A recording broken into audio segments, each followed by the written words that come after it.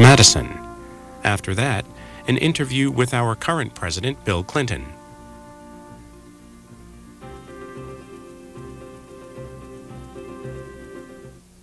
Earlier this year, C-SPAN profiled the nation's third president, Thomas Jefferson, as part of our American Presidents programming. We traveled to Monticello, Jefferson's famous home just outside Charlottesville, Virginia. There we spoke with authors, Monticello staff, and the president of the Thomas Jefferson Memorial Foundation about Jefferson's life and times. This program lasts about 2.5 hours and begins with a brief video biography on his life. Of all the cankers of human happiness, none corrodes it with so silent, yet so baneful a tooth as indolence. Idleness begets ennui, ennui the hypochondria, and that a diseased body. Thomas Jefferson, 1787. Thomas Jefferson was seldom idle. A lawyer, farmer, and statesman, he also had a working knowledge of botany, meteorology, and mechanical engineering. As an architect, he designed Monticello, a majestic home on a Virginia mountaintop built on land he inherited from his father. He was an eloquent writer who at age 33 drafted the Declaration of Independence, and an innovative artisan who furnished his estate with such handcrafted novelties as rotating shelves and a dumbwaiter. When he was 76, he founded the University of Virginia, designing both its buildings and curriculum. He even drew up plans for his own tombstone. He was from Virginia, where he attended the College of William and Mary, and later served as governor. Tall and slender, Jefferson had freckles and red hair. His voice was soft and low, and he frequently sang to himself under his breath. He played the violin, relished vegetables, and collected books. As the nation's third president, Jefferson served 2 terms from 1801 to 1809. Aaron Burr was his first vice president, George Clinton his second. He was a demure commander-in-chief, following a pattern set years earlier when he was a delegate to the Continental Congress. His colleague John Adams said he'd never heard Jefferson utter 3 sentences together. In part because of his quiet nature, but also because he believed that the president ought to be inconspicuous, Jefferson delivered only 2 speeches while in office, his 2 inaugural addresses. And though he would occasionally stop to chat with constituents on his daily horseback rides through the woods outside Washington, he would sometimes ride away before they knew who he was. He was a gracious White House host, however, and was the first president to welcome guests with a handshake rather than a stiff bow, the greeting favored by his predecessors. Jefferson had been a widower for about 18 years by the time he became president. When he was 28, he married Martha Whale Skelton, who died after they had been married 10 years and of whom no portrait is known to exist. Jefferson was devastated after her death, grieving in near seclusion for 6 weeks. Of their 6 children, only 2 lived to maturity. When Jefferson took office, the eldest, Martha, served for a short time as official White House hostess. After the presidency, Jefferson returned to Monticello, where he treasured spending time alone in his personal library, and enjoyed playing games on the west lawn with his 11 grandchildren who came to live with him. In retirement, Jefferson also continued to renovate and farm Monticello. He had a lot of help. In a given year, he owned about 200 slaves, almost half of them under the age of 16. He freed 2 in his lifetime and 5 in his will, all of them related to Sally Hemings, a slave with whom he strongly suspected of fathering a child. Jefferson had expensive tastes, which contributed to the debt he had in part inherited and in part accrued in the face of a national economic downturn. Toward the end of his life, he owed well over $100,000. He sold his collection of books to the government for nearly $24,000. But when he died, Monticello and everything in it still had to be sold to pay his creditors. Like John Adams, Jefferson died on the 50th anniversary of the Declaration of Independence. He was buried during a simple ceremony at the Monticello family cemetery. He was 83.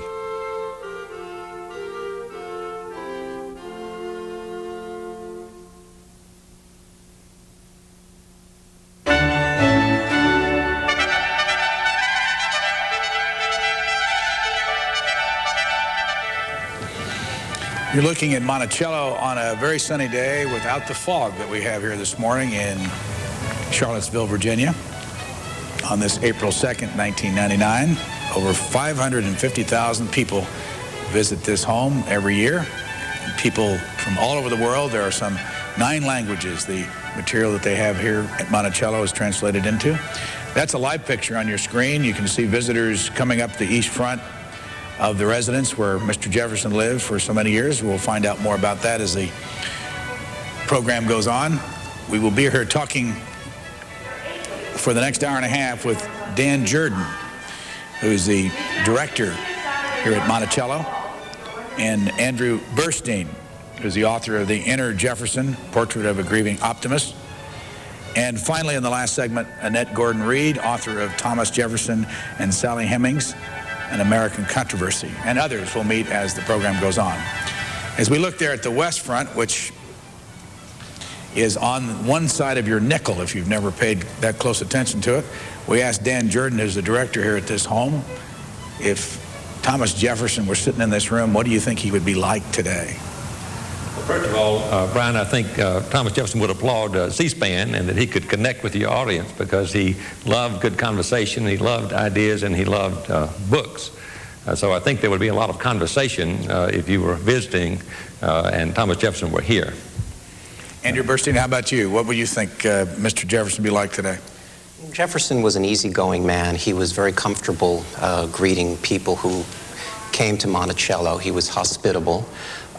He also was a profoundly shy man. He didn't like to address audiences, but he was marvelous across a dinner table. So I think that having a conversation with Jefferson at dinner where people boasted that his range of knowledge was extraordinary, that's, I think, the sort of thing that we would be struck by still today. As we said, this is the third in a series of 41 programs that we're going to do on each of the presidents. And the other part of it, it's American presidents' life portraits. So we focus a lot on their lives and what they were like. Dan Jordan, how long have you done this? I've been here 15 years, and no 2 days are the same. Thomas Jefferson is the best of company, and I think we learned something at each step of the way. And Andrew Burstein, how about you? When did you first get introduced to Thomas Jefferson? The way I came to Jefferson Studies is a bit odd. I majored in Chinese in college and found myself doing business in China through the late 70s and most of the 80s. And I think I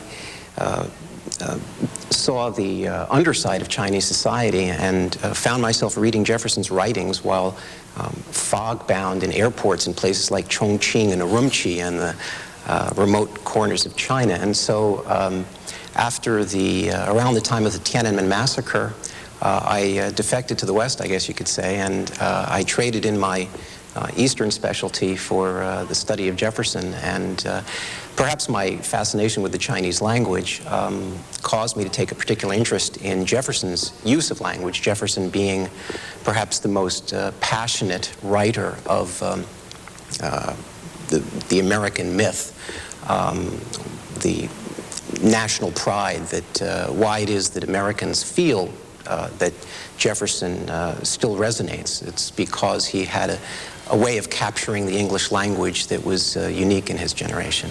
Take a look, Dan Jordan, outside and tell us what we're looking at. We have cameras on the east and the west, and how often do you get fog here? Well, my wife Lou and I are privileged to live on the mountaintop as well as work here, and fog is not unusual this time of year, and it's extraordinary because as it lifts, it reveals components of a landscape. So it's like a motion picture in Technicolor. But Jefferson had about 5,000 acres, and the foundation owns about 2,000. Monticello is on a mountaintop, so we have a spectacular vista in most directions, one that Jefferson would have appreciated. The Blue Ridge sets the backdrop. We're looking now at the West Lawn, and Jefferson organized flower gardens on a serpentine path. He felt that you would have more visual pleasures if the road were not straight. That's the west portico, as you mentioned earlier, on the nickel, and I think that's probably the most familiar image of Monticello itself. I might add that Monticello is the only home in America on the World Heritage List, That's a UN compilation of treasures that must be protected at all cost, and we're on there with the Great Wall of China and the pyramids of Egypt, which puts it in perspective, I think, pretty quickly. Professor Burstein, not Bernstein, when did you first come to Monticello? You remember? I first came to Monticello when I enrolled as a graduate student at the University of Virginia in 1991.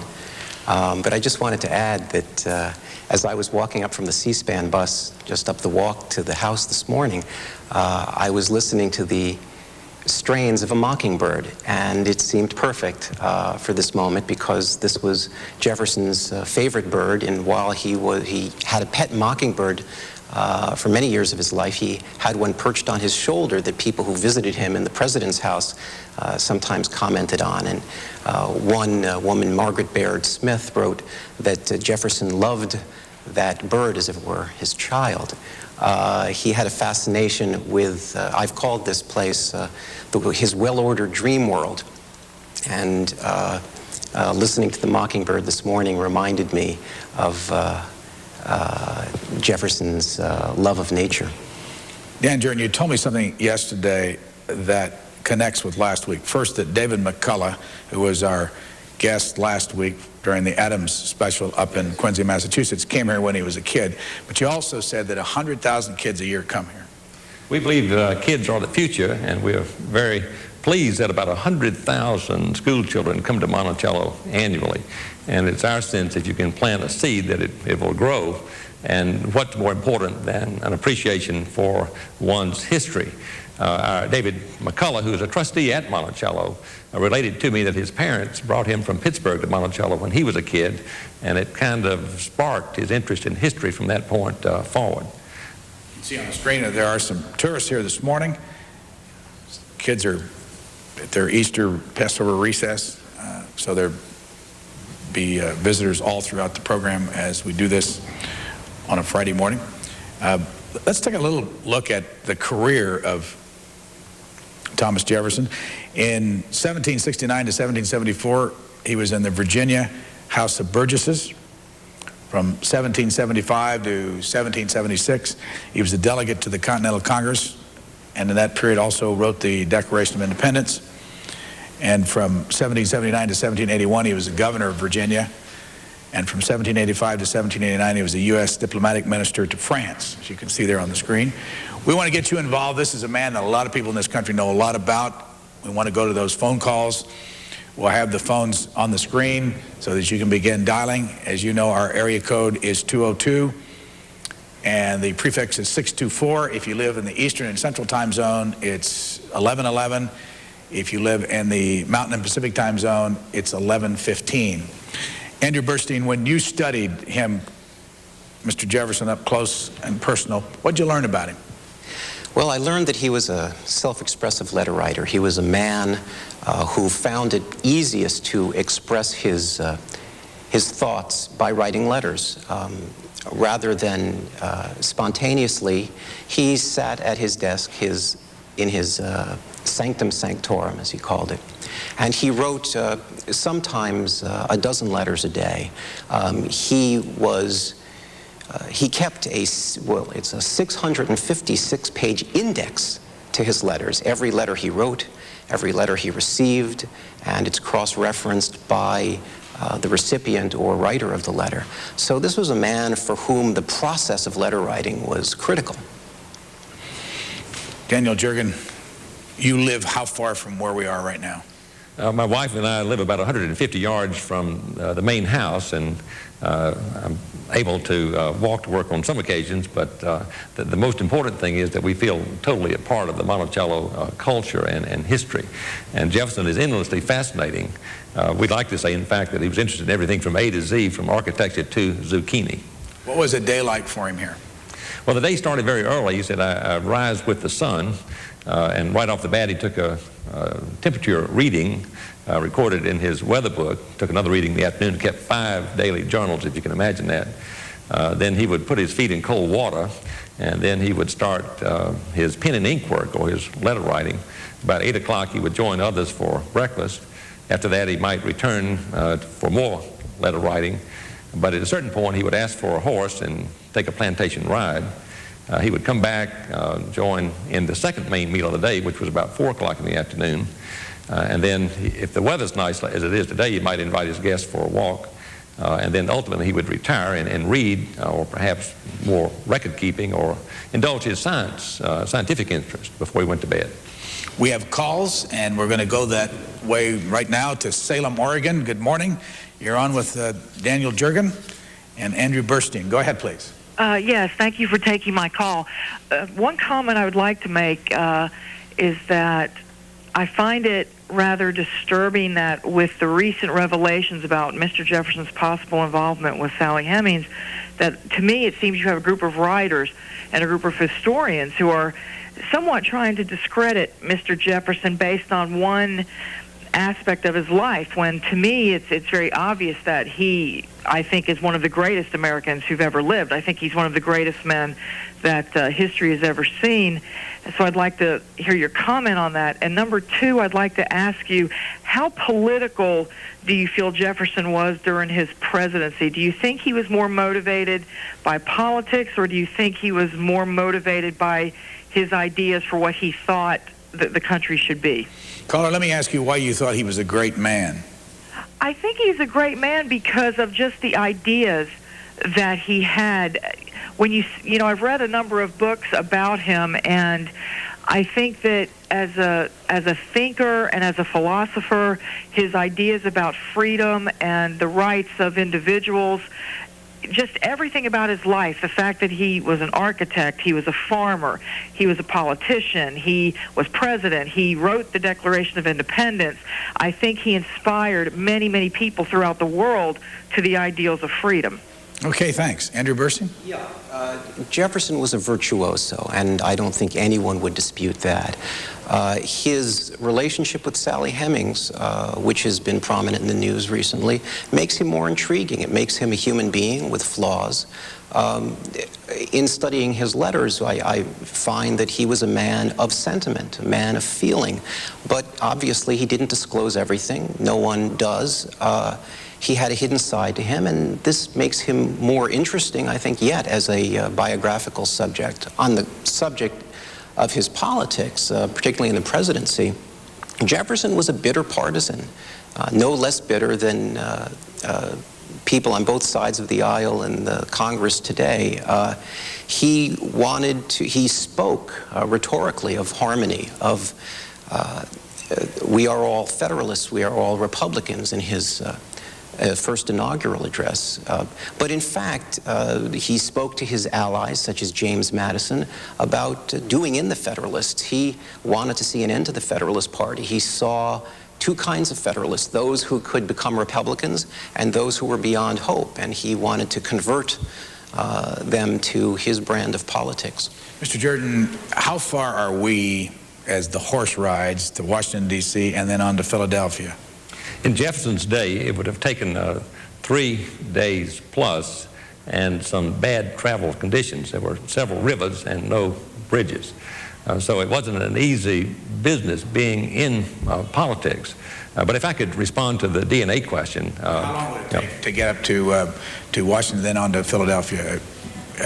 Beyond, because he went to Philadelphia a lot too in those days. That's right. Well, it was an additional several days, so you figure the better part of a week getting from Charlottesville to Philadelphia in Jefferson's day, and bad travel conditions. How often would he do it? Well, it depended on the office he held. When he was president, he spent long summers at Monticello, and then would probably make the trip to Washington a couple of times a year. And from here to Poplar Forest, how long would that take? In Jefferson's day, to his other home, Poplar Forest, which is a great recreation underway now, would take about 2 or 3 days. It's near Lynchburg, Virginia, to the south of Charlottesville. Now you wanted to comment? Yeah, thank you very much. Let me say about the DNA study that we know all the people who were involved in it, and they're all our friends, and it's very serious scientific work. To us, it's just part of a continuum. We've been interested in African-American interpretation here actively for some 15 years, and we believe you cannot understand Jefferson without understanding slavery. You can't understand Monticello without understanding the African-American community. But I don't think the study will diminish overall and long-range Jefferson's legacy. He's still the best advocate we have of our fundamental liberties, and his public career, which lasted for 40 years and included the Declaration of Independence, the Virginia Statute, the founding of the University of Virginia, Lewis and Clark, and much more, will stand the test of time.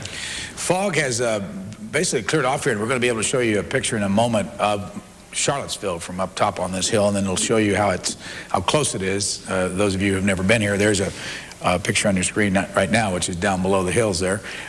We're going next to Arlington, Virginia, for Dan Jurgen and Andrew Burstein. Go ahead, please. Yes, can you hear me, Brian? We sure can. Okay, speaking of great Americans, Brian Lamb is a great American. I've got just several points. Mr. Jefferson founded the alleged University of Virginia down there in Blacksburg. The Lady Hokies knocked off the Lady Wahoos a few months ago in women's basketball to constitute the real University of Virginia. For the two gentlemen, did Clinton go through Monticello in January of '93 on his way to Washington, D.C.? Why was Gorbachev in Monticello April of '93 to celebrate the 250th? What would Mr. Jefferson think of homeschooling if he was alive today? What would Mr. Jefferson think of Clinton's treason and selling arms to China and lying to the American people? Thank you, Brian. Brian, one more thing. Purdue, national champions. Thank you, Arlington. Dan Jurgen. Well, let me say to our Hokie fan friend in Arlington that we follow football here as well, and the University of Virginia, Virginia Tech game was very pleasing to those of us in Albemarle. But yes, Mr. Clinton started his inaugural here in January of '93, and I had the pleasure, along with my wife Lou, of taking the Clintons and the Gores through the house. He's a longtime Jefferson admirer. And, you know, aside from politics, Gorbachev was here in the spring of 1993 as well. And he had a remarkable story to tell about how his reading of Thomas Jefferson over the years had changed his mind about some fundamental tenets of the communist doctrine. So it was quite a fascinating revelation and reminded us of Jefferson's international influence. Mr. Burstein, what do you think he would think of the Kosovo situation if he were around today? I'm a historian. I'm interested in the historical Jefferson, trying to understand him in his own time. Would he be in favor of international involvement like this? Well, he certainly believed that America had a moral responsibility to send a message to the world. He would not have been eager, I think, to take military action. He was more of, I mean, he believed at a time when America was militarily and economically unimportant in the world that this nation held great promise. And he felt that it was more of a moral than a military promise that America had for, you know, doing good in the world. Vancouver, Washington, you're next. Go ahead, please. Good morning. My question is relevant to Lewis and Clark's trip out here to Oregon. And, of course, about that time, the early 1800s, France, the British, and Spain all had significant interest in our country. Had that trip not been made, do you think that the United States would have had become the country it has become today in terms of size and strength?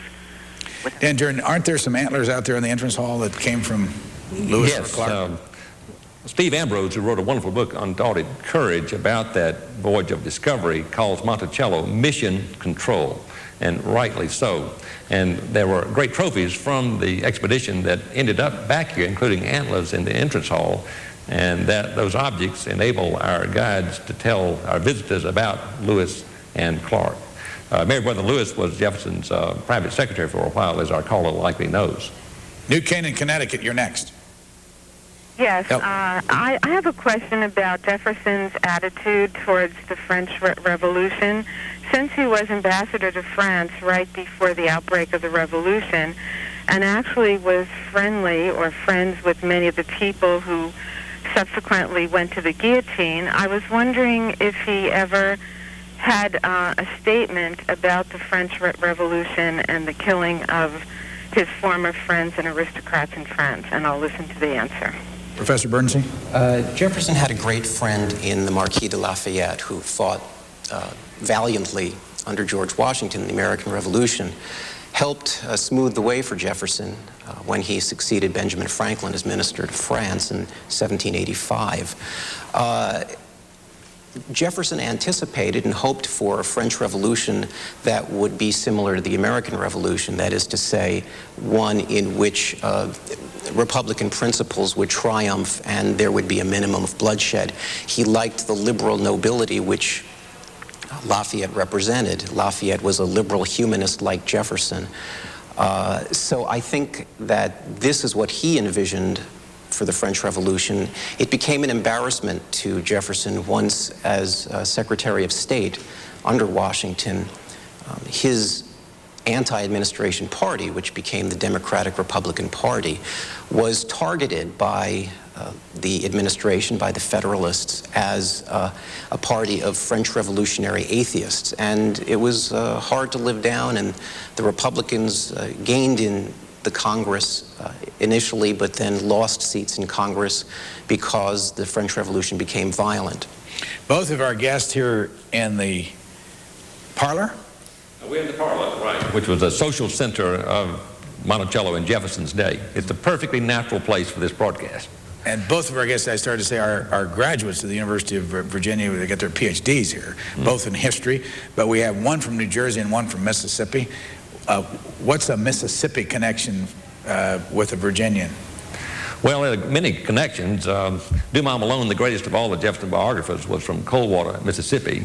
And of course, William Faulkner spent his last years at the University of Virginia as writer in residence. Where did you grow up in New Jersey?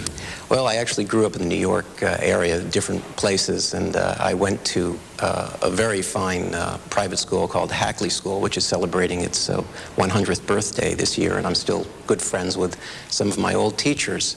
And where do you teach now? I teach at the University of Northern Iowa in Cedar Falls, Iowa. And this is a big day in the life of anybody who is an author. This is the cover of the new book by Andrew Burstein, Sentimental Democracy. In the stores today? I don't know if it'll be in the stores immediately, maybe another week or so, but today is the official day of publication. And it's about what? Sentimental Democracy is an emotional history of America.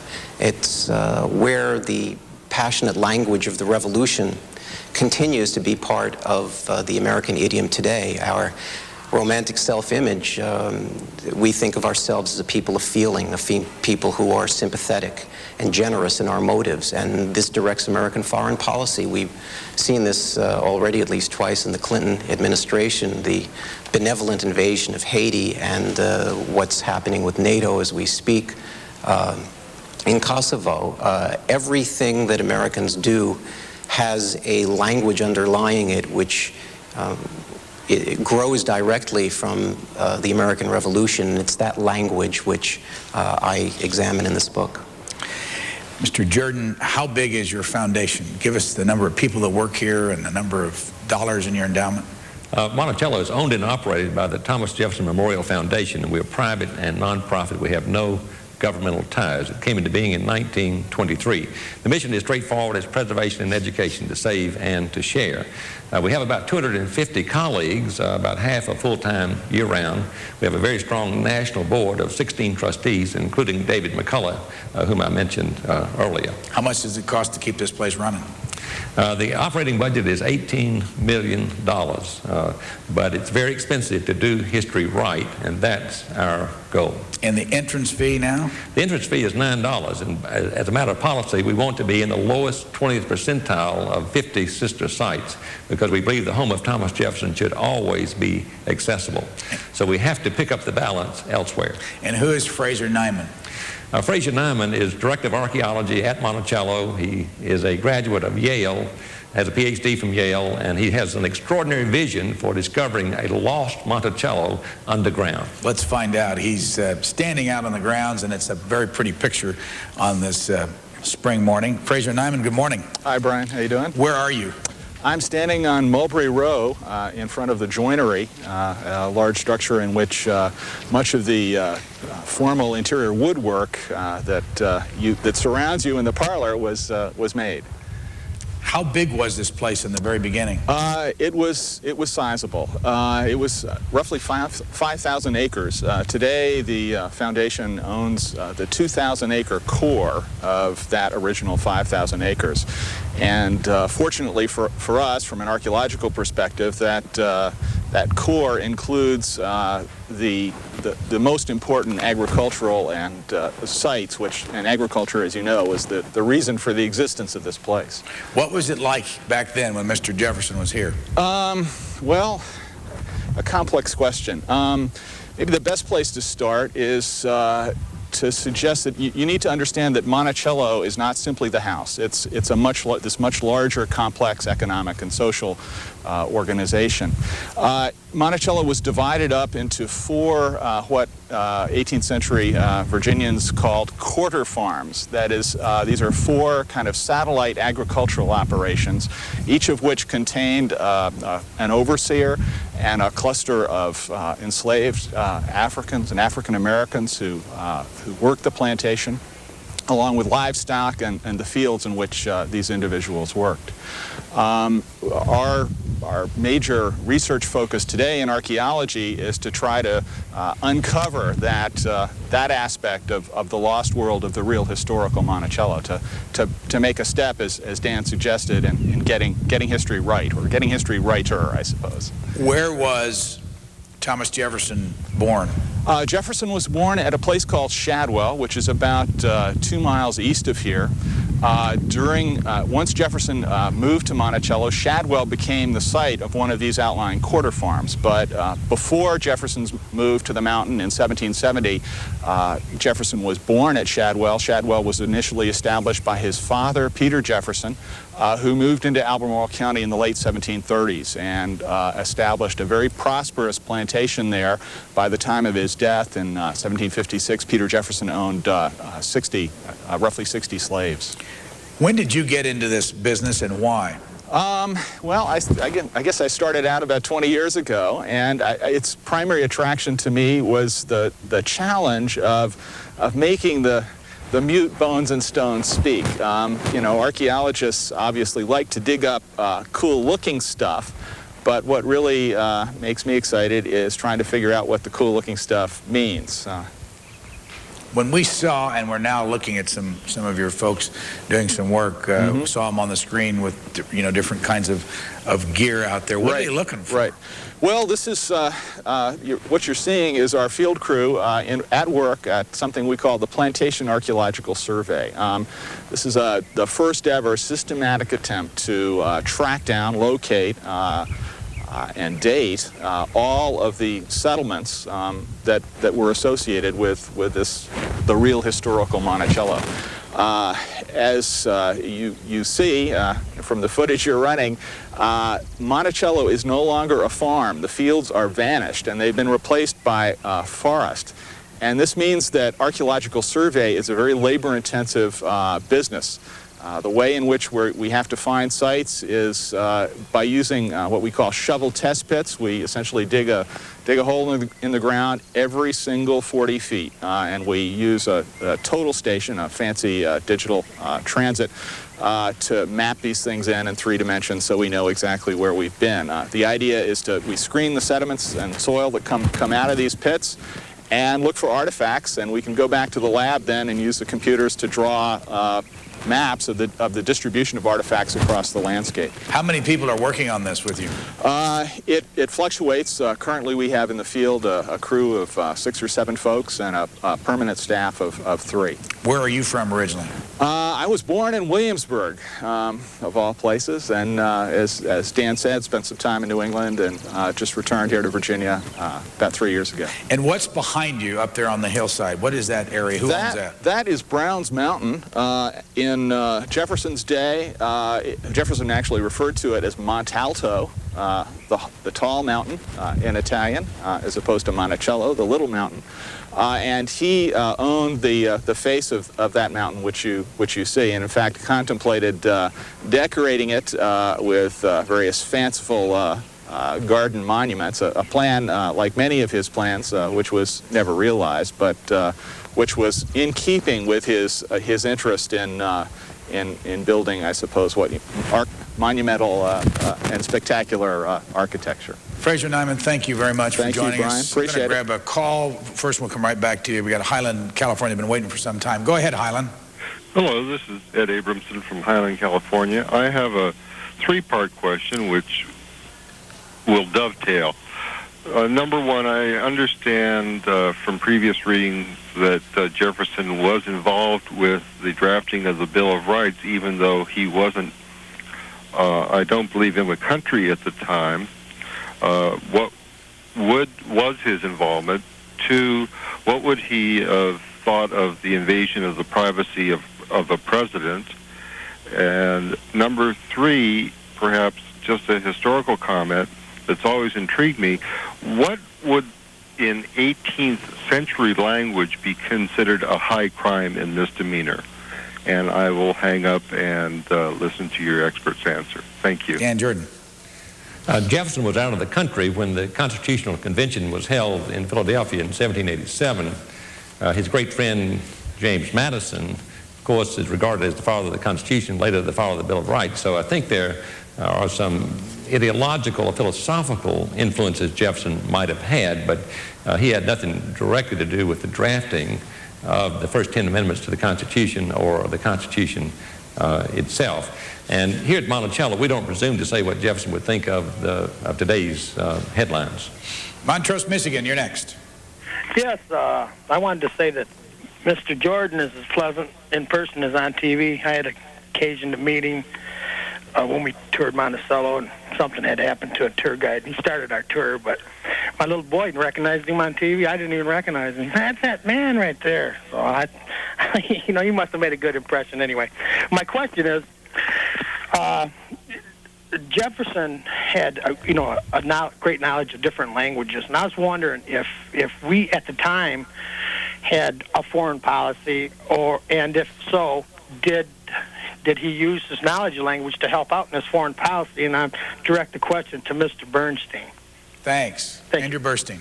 Yeah, Jefferson studied Latin and Greek from the time he was very young, the time he was 8 or 9, and often peppered his correspondence with Latin phrases. He also studied on his own French, Spanish, Italian, Anglo-Saxon. When he arrived in France, his French was more book learning than the ability to converse, and so his first year in France, he sort of bumbled, but eventually came to speak and write letters in French pretty well. I don't know that he used the language facility that much in diplomacy, but he certainly collected many, many books in French and other languages. Not to embarrass the caller, because I do the same thing myself, but there's some name things I want to ask you all about. He made the mistake that we've all made, Monticello. I come from an area that has a Monticello. Where did he get the name Monticello? Monticello is Italian for little mountain. And you might say, how do we know that in fact that's the way it was pronounced? And the answer is that we get, Jefferson had received all kind of letters in which people tried to spell out phonetically Monticello.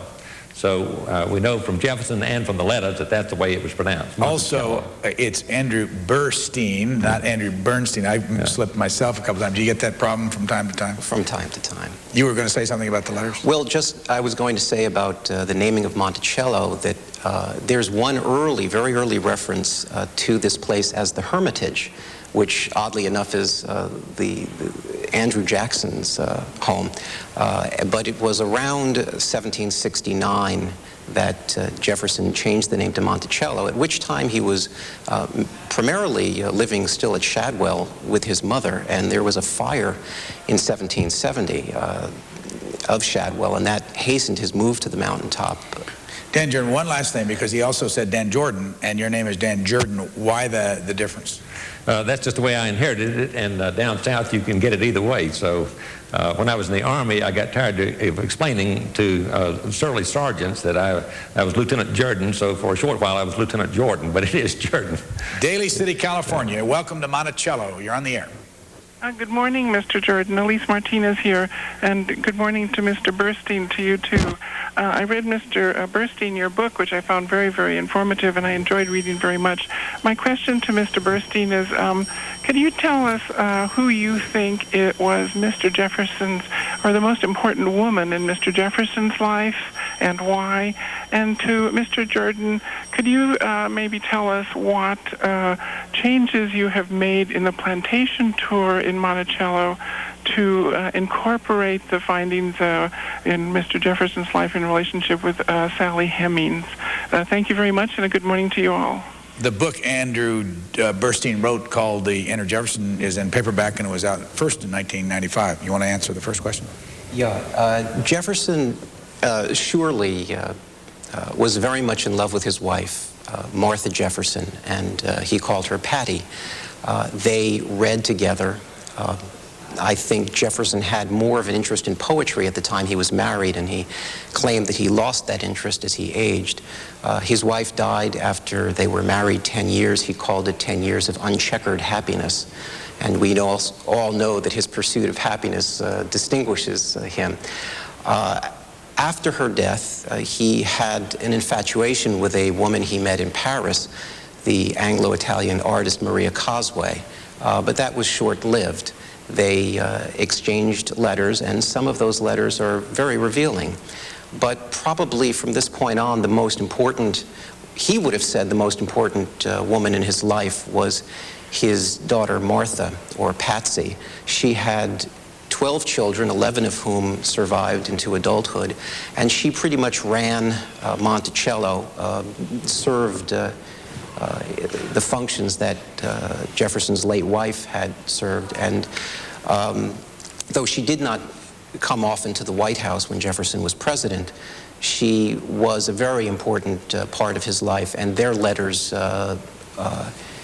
express a mutual love that is really wonderful to look at, although you have to get beyond some of the stylized language to understand that there is real deep and abiding affection between them. Mr. Jordan. Within 24 hours of the release of the DNA study, we had a press conference with Dr. Foster, who did the study.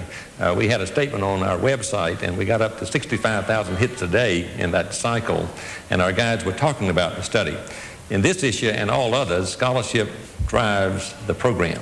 We have 8 PhDs on the Monticello staff. We have 6 individuals who published 1 or more books with the University Press. We have our own research library, and we have an International Center for Jefferson Studies. So we think if you take a scholarly approach, you have the best chance of getting history right. Those of you who have joined us and are watching our series, as you know, there'll be 41 of these, usually one a week, on Friday or Monday, one on Sunday. That's the John Quincy Adams program, but they'll all be repeated at 8 o'clock on Friday evenings, and that will include the other material that we have on during the week. We do this, among other reasons, for educators and for students. And we have an education department at C-SPAN that's prepared to help all teachers out that might want to get involved with our C-SPAN in the Classroom program. It's free of charge. You can see on your screen there, that's the website, the cspan.org/classroom, and then a number to call if you want to get involved quickly, 202-626-4858. You can enroll in C-SPAN in the Classroom either way. They'll send you materials. There'll be lesson plans, and as we go through the year, more materials will be made available. We're having all 41 portraits of the presidents painted by Chaz Fagan. Some of you have met Mr. Fagan in the past. He did our Alexis de Tocqueville statue, and we'll, as time goes on, have a poster available later on. He's not going to finish all the portraits until about May 15th, but we'll show you those as we go along, and you can see them for each president on our American Presidents website. There's Monticello on your screen. There's Thomas Jefferson, and we go next here inside the home to the library. Mr. Jordan, where is that from where we're sitting? The library is in the south wing of the house itself. Jefferson would have called it a book room. He wrote John Adams, "I cannot live without books." And we are seeing a group of school kids who are seated and calming down and learning about Jefferson's interest in learning itself. He preferred to read everything in the original language, which is extraordinary. He could read in 7 different languages. You'll note that there are shelves, but in fact they're book boxes. So when Jefferson traveled, he could take a crate of books with him. He was surrounded by books all of his life, and he was a lifelong learner. Which room would he spend the most time with? The southern wing itself, as Andy mentioned earlier, one guest called the Sanctum Sanctorum. That was private space. Certainly, he would spend a good deal of time in the book room, but connected to it was his office, or what we would call an office. He called his cabinet.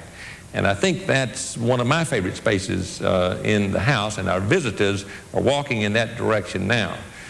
Jefferson was a scientist, and he kept scientific instruments there, one of the best collections in America. He was an inveterate record keeper, kept 5 daily journals, did a lot of his work there. He did his correspondence there. So the cabinet or office shows Jefferson's powerful mind engaged in topics large and small. Midland, Michigan, you're next. Good morning. I would like to first of all congratulate Mr. Lamb on the brilliant job that he's been doing with the whole series. I watch the program quite often. But what I would like to comment about is a lot of the scholars and speakers that have been on the programs have seemingly overlooked the whole notion of the hypocritical or hypocrisy that Jefferson lived in terms of his keeping slaves, probably several thousand of them at one time or another, but also being this supposedly great architect of freedom. These two perspectives on life are totally in a dichotomy with each other, and a lot of the speakers and scholars seem to kind of want to brush that aside. This is very important to a lot of Americans in terms of how can a man write about one thing or another in very lofty terms as far as freedom and that sort of thing is concerned, but yet he has thousands of slaves and even has clandestine relationships with Sally Hemings. Can the speakers comment on that? Andrew Burstein. Well, Jefferson was a slave owner, and his life was integrally connected with slave owning. He was comfortable as a slave owner. This we must acknowledge. I don't think he lost a lot of sleep over the slavery issue, although he tried to address it, he thought, as a detached philosopher, objectively. We read what he wrote, particularly one book he published in his lifetime, and it's the ugliest kind of racism you could imagine. But it is looked upon as mainstream in his time. He wasn't criticized, certainly not widely, for anything he wrote in there about the inferior reasoning capacity of the African American and this sort of thing. I think that when we indict Jefferson as a slave owner, we have to remember that we should really indict the entire generation, that at least when he was a young man, at the time he drafted the Declaration of Independence, he made an effort to insert a long paragraph in which he said that the tyrant King George III had waged war against a people who had not offended him, that slavery was an unnatural thing and that it was foisted upon Americans. He was brought up with it. He had a conscience. On the other hand, probably John Quincy Adams said it best, that on this issue, Thomas Jefferson did not have in him the capacity to martyr himself. So Jefferson made an attempt to deal with slavery, but ultimately he was a Southerner, and he was able to rationalize that economically it was impossible for him to get out from under his debts, and that he wasn't economically able to liberate his slaves. It's a short answer, but it's part of the answer. Do you think you'll ever be able to satisfy people like this? Because we get this call, as you know, all the time. Sure. No, it's a central paradox, not only with Jefferson, but with the American people. And I think in Jefferson's case, that he was ahead of his times in so many ways, but he was of his times on this issue. And I wanted to assure the caller that we deal with this every day at Monticello, and if he comes to the mountaintop, I hope he would take one of our slave life tours. It's part of reality in studying Thomas Jefferson. Sausalito, you're next. Good morning. I have a couple of questions, and the first one is, how many times did Jefferson go to Paris, and when he went to Paris, did he arrange financing for the country? And if so, with what houses, what financial houses, and if it's known, who bought, where did Jefferson buy his slaves? Jefferson spent 5 years on diplomatic service in France, and it was a transforming experience for him because he had to deal with the French government anxious to collect the loans it had made to America in the Revolution. He said it was an excellent school of humility. Did he go just once? He was in Paris for the better part of 5 years. But just one time? Right. Went across the waters only once. In terms of where he bought his slaves, he inherited most from his father and then another large number of slaves when he married. How old was his father when his father died? I mean, how old was Thomas Jefferson when his father died? Thomas Jefferson was only 14 when his father, Peter Jefferson, died. How about his mother? Mother lived longer. She died in 1770. We have a camera in the study. What's that? The study would be what we would call an office. It's in the southern wing or the south wing, and we're looking at it from the outside. The window that we're seeing is into the book room. Just above it is a bedroom. From a distance, it would appear to be one room. That's a scientific instrument, and Professor at Harvard told us not long ago Jefferson had one of the best collections in America. That's the cabinet, or we would call it an office, and that's Jefferson's bed. So he could roll out on either side. It was an alcove. If he went in the direction of the image on the screen, he ends up right in the middle of his office. He was very clever about gadgets to make his pen and ink work easier. In fact, the Wall Street Journal did a story in 1989, and it said, in terms of organizing an office, that since Thomas Jefferson, it's all been downhill. There are also some wonderful windows and wonderful views from the cabinet. That's looking to the west and also to the south. I drove down here yesterday, and for those of you who have never been here, it's exactly 130 miles, I think, from downtown Washington, D.C., which it isn't too much closer if you come out of the airport there, or Dulles airports. You probably save 25 miles or so. And when you look at your visitor list out of 550,000 you have here every year, is there any way to give us the demographics of them and where they come from? We have 550,000 visits annually. We do quarterly surveys, so we've got a pretty good handle on the demographics. I would say that our visitors are pretty much like the C-SPAN audience, and that is they typically are very well educated, they're affluent, they're widely traveled. And it's fun for me, living and working here, to walk around the grounds and you pick up different accents and different languages. And I enjoy just going up and having conversations with people. Do either one of you have a website, by the way? Monticello has a website of which we're very proud, and it's won many awards. We get about 16 to 20,000 hits a day. We have lesson plans on there. We have a big section on, since some of the calls had to do with Sally Hemings, we have a section on Sally Hemings and the Hemings family and the like. What is it? It's well, I'm technophobic, and I'm listed in the credits as being technophobic, but I think it's www.monticello.org. Does that sound? .org? Yeah, .org. Gotta have a dot in there somewhere. .org. Yeah. I didn't know there was anybody worse than me at this. I still use a pencil, but that's just me. But our friend David McCullough, as you know, types all of his manuscripts on an old upright typewriter.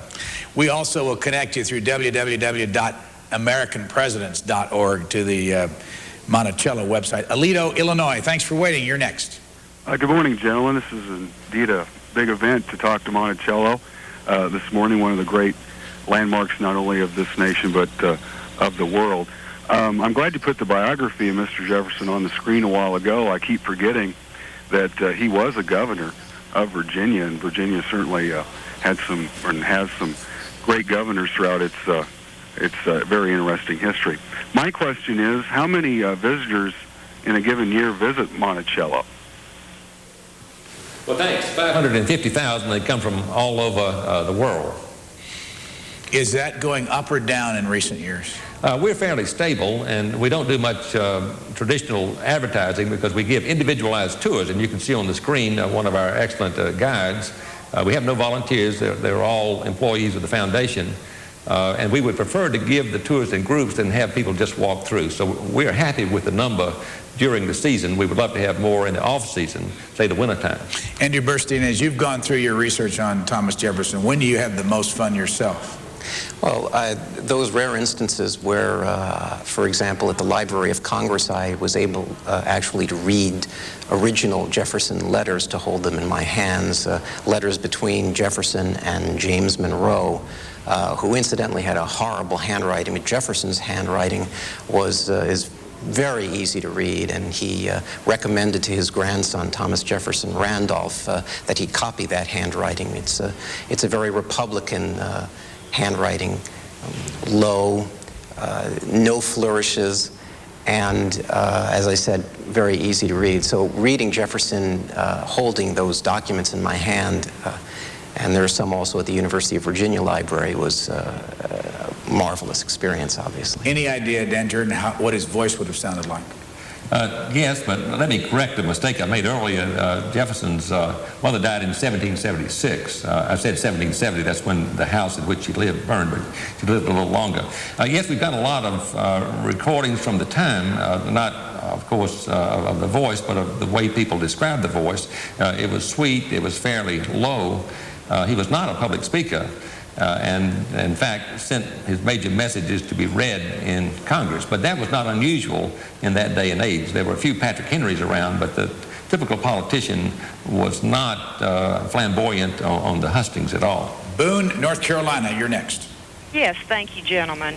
I recently found out that one of my ancestors, Dr. Thomas Walker, had been a contemporary of Thomas Jefferson, and Dr. Walker is credited with the discovery of the Cumberland Gap. He was a surveyor from the Morganton, North Carolina area, and I was wondering if any of you gentlemen there had ever heard of Dr. Walker's friendship with Jefferson, and if there might be some archival information I could possibly access to learn more about that particular part of my ancestry.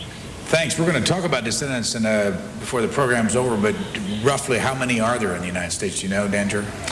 Yes, there are 2,000 or 3,000 descendants of the daughters Martha and Mary, and they come annually for a reception and a program. They'll be here in May. And Dr. Thomas Walker is very well known, and the caller could contact us. We'd be glad to share information. Mr. Burstein, have you been to Poplar Forest? Actually, no. I visited the Natural Bridge, which Jefferson owned, which is down in that neighborhood of Virginia, but I haven't been to Poplar Forest. On your screen is Poplar Forest, which is about how long a distance by car from here? It's about an hour and a half south of Charlottesville, near Lynchburg, Virginia. Jefferson inherited the property from his father-in-law by marriage, had a large plantation there, had a number of slaves there, and built a kind of retreat home starting in 1807 or thereabouts. It's an octagonal house, Brian, right down to the privies, which are outside on the grounds. And many of the interior rooms are also 8-sided.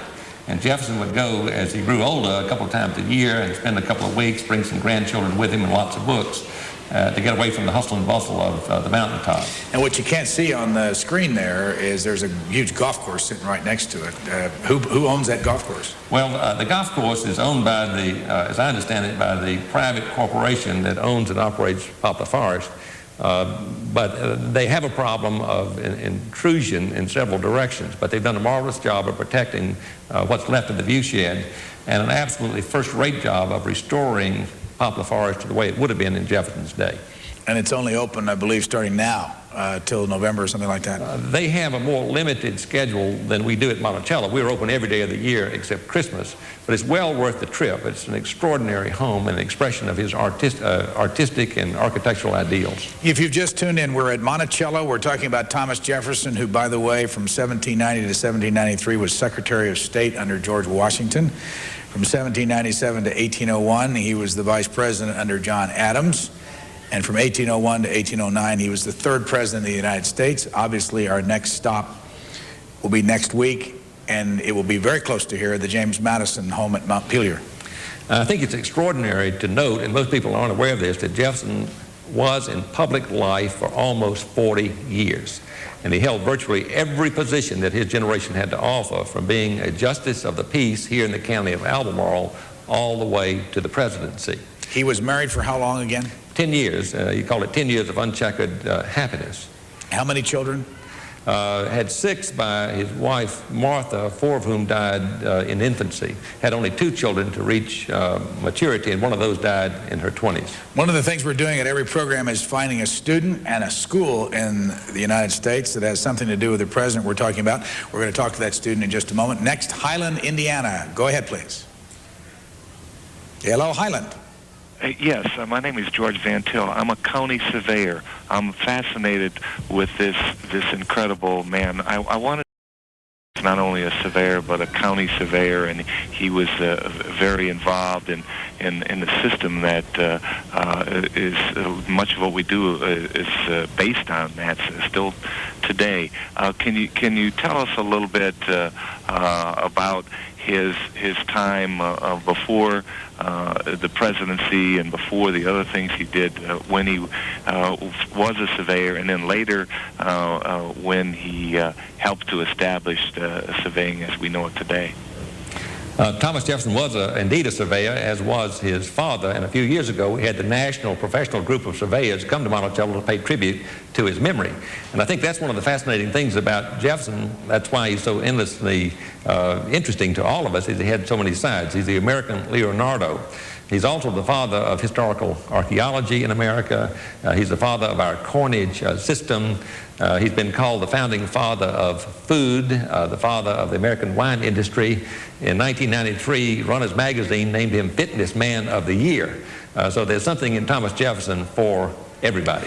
Andrew Burstein, of all the people you've read in your life, the actual language that you've read, where would you put Thomas Jefferson's writing ability? Near the top, if not the top. Jefferson was remarkable in his own age as a writer. This is why he was ultimately selected to draft the Declaration of Independence. There was a power and a passion to his words. The man himself was not outwardly passionate, but locked within him was this unusual power, and this was the way, typographical culture was more powerful than oratorical culture among the revolutionaries. Did he ever write to a slave? Yes, he did on occasion. Simple instruction. There are no great documents that you can find that would show Jefferson engaging in the kind of powerful rhetoric that we see in his public documents in conversing with the slave. Dan Jordan? Brian, I think it's perhaps more interesting that some of Jefferson's slaves wrote to him. And even though in time it was against the law to teach slaves to read and write, it's a matter of record that there was correspondence between Jefferson and his slaves. And he used slaves as overseers, and often the letters would involve work assignments. I grew up attending Jefferson High School in Lafayette, Indiana, but no one ever told me who Jefferson was then, or I don't remember it ever being discussed, but we have on the phone a student that does know a lot more about the name of their high school. Sean Meacham, are you there? I am. Good morning, how are you? I'm fine, how are you? You're in what town in Washington? I am in Federal Way, Washington. Where is that? South of Seattle. How big is your high school? It consists of about 4,000 students. It's a big high school, and you're a sophomore, and you know something about Thomas Jefferson. When did you first know who he was and how it connected to your high school? I've known a lot about him from my past year's experience, and this year I've started studying a little bit more about him. What can you tell us about him? Well, Thomas Jefferson had certain qualities expressed while being the President of the United States, and I'd have to say that he's a well-rounded man because he had so many interests, and he was a naturalist, an inventor, a philosopher, and he was one of the authors of the Declaration of Independence, and he had a common goal, and that goal was to develop a government that would assume freedom and well-being and prosperity for all people. And our school being named after him comes along with a vision of a respected man, a peaceful man, and a mentally strong man. So it's basically not just a name anymore. Do your fellow students ever talk about the fact that your school's named after him? That doesn't come up very often. When did you first get interested? I mean, how did they pick you to come on the program this morning? Well, Mr. Gochi wanted a sophomore representative to come out and talk about Thomas Jefferson, and he thought I'd do a good job at it. So. What do you think of the subject of history, and do you study a lot of it? Yeah, history is one of my favorite subjects, so I enjoy reading about world problems, figuring them out, and things like that. What's the best thing about going to Thomas Jefferson High School? We have a great academic program going on here at school, many opportunities for involvement, and the different programs, they're really great. Tell us a little bit more about your teacher. Mr. Gochi? Yes. Mr. Gochi was my history teacher, and I really enjoyed his class this year. I'm not in it anymore, but I really enjoyed it. He helps me. He helps everybody. He's a great teacher. He's willing to go out and basically do anything he needs to do to help everyone and to make sure that everybody has everything that they need, the education and the learning process, and I really enjoyed his class. Thank you, Sean Meacham. Sean, please tell our friend and your teacher, Joe Gochi, that you deserve an A+ for that presentation. And I might add that Monticello is pleased to have had over 600 teachers across the years to come here to summer programs, including 2 from Federal Way High School. Yeah? Okay. Jefferson High School and Federal Way. Thank you, Sean Meacham, for joining us. You're welcome. And I want to make sure that our audience of teachers knows that they can also join C-SPAN in the classroom. We have a very active program, as they do here at Monticello. There's the number on the screen, 202-626-4858. Call right now, and folks will be able to enroll you in the C-SPAN in the classroom free of charge. You have also the website there where you can enroll, and you'll get material regarding our American Presidents series. Denver, Colorado, you're next. Go ahead, please. First I want to say that I am a graduate of the University of Virginia, and I hope on the program you're going to talk a little bit about Jefferson and his relation with the university. My question is this. With the whole Sally Hemings and the conferment that he does have African-American descendants in the U.S., are there now going to be new interments in the Monticello Cemetery? What's the status of that? Have people requested it? I assume those requests will be granted, and when will that take place if it does? Thanks. Thanks. Daniel Jordan. It's not very well known, but the cemetery here is privately owned. It's owned by the Monticello Association, and that would be made up of descendants of the 2 daughters, Martha and Mary.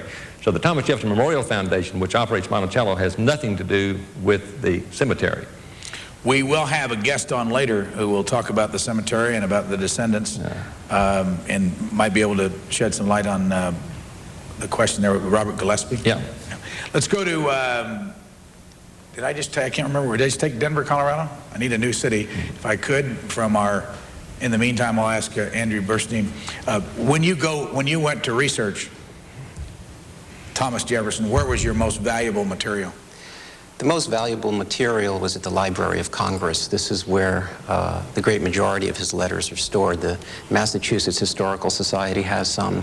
The University of Virginia Alderman Library has a special collection as well.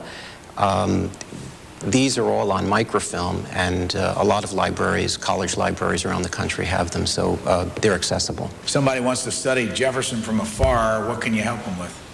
We're always happy to hear from people who have an interest in Thomas Jefferson, and our research center responds to about 1,200 queries a year, so they could just write to Monticello. In addition, our website has a lot of information. How much of the microfilm material can they get from afar? Can they buy it, or do they have to come here? Some of Jefferson's basic collections of writings are available on microfilm. In addition, there is a modern scholarly edition of his writings that covers through 1793, and Monticello is about to pick up 1809 to 1826 in that series. Bluffton, South Carolina, you're next. Hey, this is Mark Gaylor. I'm the executive chef at a restaurant in Savannah, Georgia. We had recently done a dinner down at the Cloister down near Brunswick, Georgia. Had to do with Thomas Jefferson Memorial Foundation. We had done some research and tried to recreate a dinner that... Unfortunately, something is wrong with that line I noticed earlier. I'm really sorry. Did you get enough to know what he's talking about? I got enough to know, and we have to remember that Jefferson was a practical gourmet, that he had become accustomed to French cuisine. He brought back a lot of menus and even a chef, but he also served good Virginia plantation food. A few years ago, we got a letter from the National Restaurant Association, or some professional organization of that effect, telling us that Thomas Jefferson had been elected to their Hall of Fame. Andrew Burstein, if you were here in this room and there was just you and Thomas Jefferson, how hard do you think it would have been to talk to him? He was a man who made people feel comfortable, feel at ease, so I don't think it would be at all difficult. The Virginian was bred on a kind of hospitality, was known for hospitality. Northerners and Southerners were different. Jefferson once described the Northerners as industrious, but somewhat hard to get along with, and the Southerners as somewhat lazy, indolent, he called them, but the most hospitable people. Have any idea what his accent would have been like? No, my students often ask that, and I suspect that it probably resembled British English, but there must have been some kind of Southern affectation. I know some linguists have looked at this, but there's no real definitive way of knowing. When you teach him, when do you find your students lighting up for the first time saying, oh yeah, this is really interesting? Well, one of the things that I focused on in my book that the students seem to like is the relationship between Jefferson and his wife. We have no letters from them because when Patty Jefferson died, Jefferson destroyed the letters, which was not uncommon at that time as a way of moving on with life. However, we know that she was important to him because he would write to other people in the 1770s and from the Congress in Philadelphia, for example, and he would say, if you want to know, just ask Patty. She has the information you need. But the students particularly liked the deathbed adieu when Patty Jefferson was dying here at Monticello. And together they composed a verse which was taken from Lawrence Stern's Tristram Shandy. And it's a very romantic verse about two lovers about to part. So when you read that, and it's on a 4-by-4-inch piece of paper, and it was in Jefferson's private drawer beside his bed until the day he died, when his daughter Martha found this crumpled up, folded countless times with a lock of Patty Jefferson's hair in it, and the tender moments that he expressed that showed him to have been a man of profound feeling humanizes him, and students respond to that. What's the favorite thing, that's not a good word, that people, when they come to this house, always talk about? I think most people are fascinated by the gadgets, and this is a gadgeteer's paradise. Not gadgets for the sake of gadgets, but gadgets for the sake of saving time or energy or space. But still, people are attracted to the unusual double doors or to the polygraph. You move one pin, you get an automatic copy as the other moves. And then I think people are also just inspired by the setting. We're on a mountaintop. The architecture is unique in its detail and its composites. We've had many people tell us that it's good for the soul to come to Monticello, and they leave somehow feeling a little better about themselves and their country. Earlier we had a caller ask about the University of Virginia. Yes. Both of you went there. You got your PhDs there. We've got some video, obviously, which if you had to walk from here to the university, how long would it take you? Well, we hear from the old grads, and they say that in their day they could walk up to Monticello and so forth, and it's still possible. We're looking at the dome room in the rotunda, which was where the library would have been in Jefferson's vision of an academical village. And he had this notion of students and faculty living and learning together. It's an extraordinary assemblage. The American Institute of Architects voted it the most remarkable contribution to American architecture in the first 200 years of the Republic. There are lots of classical details.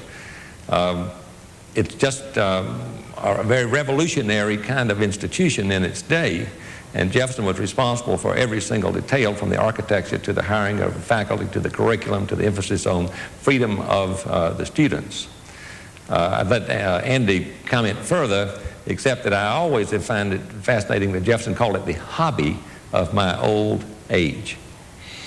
Andrew Burstein, why do you think that Thomas Jefferson's image in American life is much bigger and a lot more people visit here than they do anything James Madison? Madison was a quiet man. He was truly beloved. He had an unsuccessful presidency because he was not a man who was made to be the commander-in-chief of an army, and this was when America was trying to prove itself against Great Britain a second time in the War of 1812. Madison ended up fleeing from the president's house when the British came and burned Washington. So his presidency is unremarkable, or often considered in American history less remarkable than his achievements as the author of the Constitution. Coming up in a few moments, Annette Gordon-Reed will be our guest. We'll talk about Sally Hemings and lots of other things. Jefferson, we go to Scottsburg, Indiana. You're next. Yes, and good morning. I wanted to also compliment you, Mr. Lamb, on this program and the nature of your questions, which help so much in the learning and understanding. My question in particular was, at the introduction of the program, they spoke about the property had to be sold to satisfy his debts, and I was wondering who in particular bought the property and how was it preserved and what was done to maintain the property until the following years and for the last 100 years or so. Thank you. Let me add to that. Why was he in debt in the first place, and how much debt, based on today's dollar, would it have been? Well, Jefferson's debt accumulated over many years. He inherited some of it from his father, more of it from his father-in-law, and of course it was a difficult era to be a planner in the time of the American Revolution and the Napoleonic Wars and the War of 1812 and the like. We estimate that he was about $100,000 in debt when he died, and I don't think anybody has a way of translating that to modern numbers, but it would be monumental. Millions. Millions. Now, in terms of what happens to Monticello after Jefferson's death, there's a brief interim owner, but the property passed in the 1830s. Jefferson died in 1826, so this is fairly soon, to a remarkable individual named Uriah Phillips Levy, who was the first Jew to be a flag officer in the U.S. Navy, and he's an important person. He was an early preservationist. He admired Jefferson and Jefferson's commitment to religious freedom. And the Levy family had it until 1923, when the foundation acquired it and maintains it to this day. So we salute the memory of the Levies. They were good stewards. Otherwise, we wouldn't be here this morning. Real estate speculators would be interested to know that Monticello sold for $10,000. In the books that he sold to the federal government, what did he get for that? How much money? I think... And what year did he sell them? Yeah, he sold about 7,000 books from his library to the Library of Congress in his retirement in the 18-teens, maybe 1817 or thereabouts. And I believe the figure was something like $15,000. Do you know, Dan? I think it was a little more than that, but it was at a loss. Jefferson needed the money, but he took a loss in order to reestablish the Library of Congress. Last call for our two guests in this segment. We go to San Diego. You're next. Hi, good morning, gentlemen. I was interested in finding out about Thomas Jefferson's work on the New Testament. I understand that he was a student of the New Testament and that he worked on a revision of the document. And I'm wondering if he was successful with the revision and if there have been any other presidents that have revised the New Testament. He was a close student of religion and believed that the words of Christ had great importance. He thought the rest of it was a little hocus pocus. So he created his own Bible, and I think this is what the caller is talking about. He cut out the words of Christ from several translations, pasted them in a scrapbook, and that's what he read just before he went to sleep. You know, fundamentally, Jefferson did not believe in the divinity of Jesus, but he thought him the most sublime moral teacher. I have some background information that suggests that only two other former presidents did not belong to a church, Andrew Johnson and Abraham Lincoln. Jefferson frequently attended church and different denominations. He was a man who contributed money to beggars on the street and to churches readily. So he prided himself in being the author of the Virginia Statute on Religious Freedom. And wanted to recognize the diversity of American religious life. We have just a couple seconds here left with the two of you, our first guests, and I want to make sure that everybody knows that today is the publishing date of Andrew Burstein's Sentimental Democracy. Those of you who want to read some more history about this country. What are your books, Mr. Jordan? You've got 3 of them, I know. Well, thanks. Back when I was a college professor, I wrote 3 books, one on political leadership in Jefferson, Virginia, one on Richmond, and one on a tobacco company. But I've been busy doing other things the last 15 years. What's the best thing about being director of Monticello? I guess the best thing is the association with some remarkable people as colleagues and remarkable people as visitors, and of course the most remarkable person of all, Thomas Jefferson. Andrew Burstein, when you teach, of all the people you talk about in American history, where does Thomas Jefferson land in the eyes of students? Well, students are always very curious about Jefferson because he's a man whose words are still often invoked, and politicians on both sides like to identify with Jefferson's passionate language.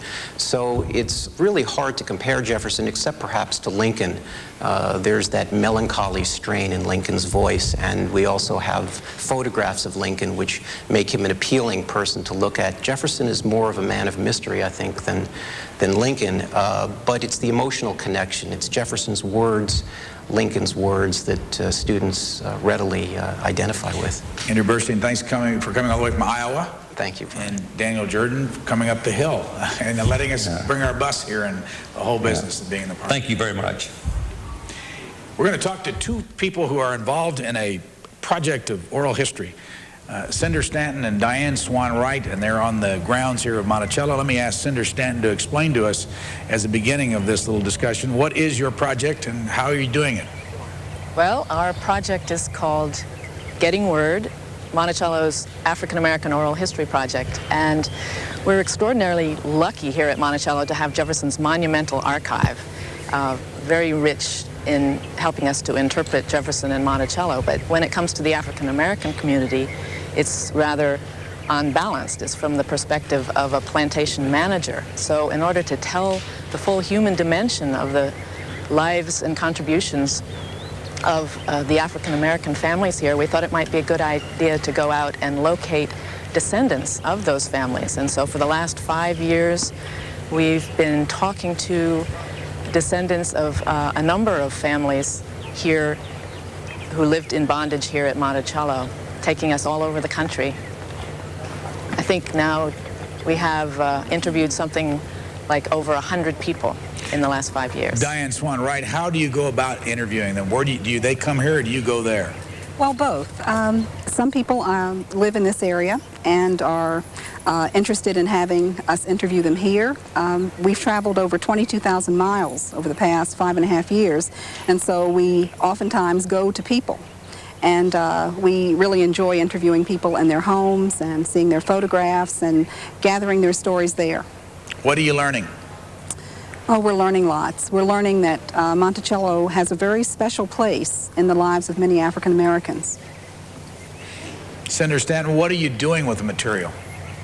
Well, we tape our interviews, then they're transcribed, and we have them in our files, but we try to make sure that the information that we gain is immediately translated into interpretation here at Monticello, particularly in our outdoor tour, the Plantation Community Tour. And I think what we've learned has contributed a great deal to the visitors' experience in hearing that tour.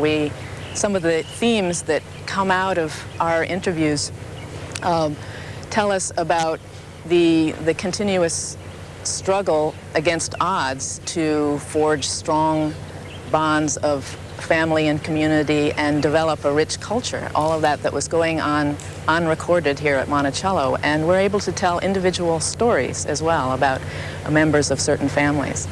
You can see on the screen that there's going to be a chat room coming up at noon East Coast time. For those of you who want to talk to Senator Stanton, you can join us at AmericanPresidents.org, our website, and she will answer questions beyond what we're able to do right here. Diane Swan Wright, can you give us one story that you can remember of somebody you've talked to in this that got your attention? Well, I think one of the good things about doing this work is that we're able to oftentimes bring people together with the documents. And several years ago, Cinder and I were doing a presentation in Washington, D.C., and we met a woman who had just a name of an ancestor and the fact that he had come from this area. And what we were able to do through courthouse research and looking at the records that we have here at Monticello is to really connect that woman with an ancestor that she didn't know she had. And not only with an ancestor's name, but with information about this man. And so, in a way, we're helping people complete their own family histories, and that certainly is very gratifying and something that we enjoy doing. Before we lose the two of you from the program, tell us just a little bit about yourself. Diane Swan Wright, how did you get involved in all this in the first place? I've been a historian for a while, and was born, grew up in Baltimore, Maryland, worked at the Banneker Douglas Museum in Annapolis, and met Cinder while I was doing coursework at the University of Virginia. And she pledged me to come on to work with this project. Cinder, stand. I've got to first ask you, where did you get the name Cinder? I've been stuck with it ever since infancy. My real name's Lucia, and my mom wanted to call me Lucinda. She began calling me Cinda, became Cinder, and now I have two identities. How did you get in this?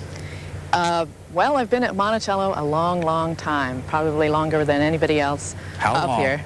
I first came in the late 1960s and ran away a couple of times, but I've been working here over 20 years of the last 30. Thank you both. We look forward, Cinder, to joining you on the chat room it's about an hour and 15 minutes. Great. Here in our parlor headquarters is Annette Gordon-Reed, a recent Book Notes guest, and a person who has written the book Thomas Jefferson and Sally Hemings, An American Controversy. You've been on the network so much, and we've talked so much about this in the last couple of weeks. I want to just ask you to bring us up to date on where you think this issue is now. Well, right now we're sort of in a reassessment period or an assessment period. People are still very, very much interested in it. I get letters from people. I think it's sort of somewhat died down a little bit since the initial sort of fury and interest in November. But right now I think it's a time for people to sit back and think about where do we go from here. We're going to take phone calls for you in just a moment, but tell us your basic findings based on your book and what's happened since then as of today. Well, basically, my book was about the historiography of the Jefferson-Hemings controversy, and what I found from looking at the material that there was much more evidence to support the existence of the Jefferson-Hemings relationship than had been given credit to by historians. And since the DNA test came out in November, the results were announced in November, it pretty much tracked what I found in my book. And it was, for me, the final piece of the puzzle that made me believe that this story was true. I remember in our interview when I asked you what you thought of Thomas Jefferson, you said something to the effect you liked him. Well, I had a discussion with someone about this last night, about why. I do like him. I find him an interesting person with flaws, as all human beings have.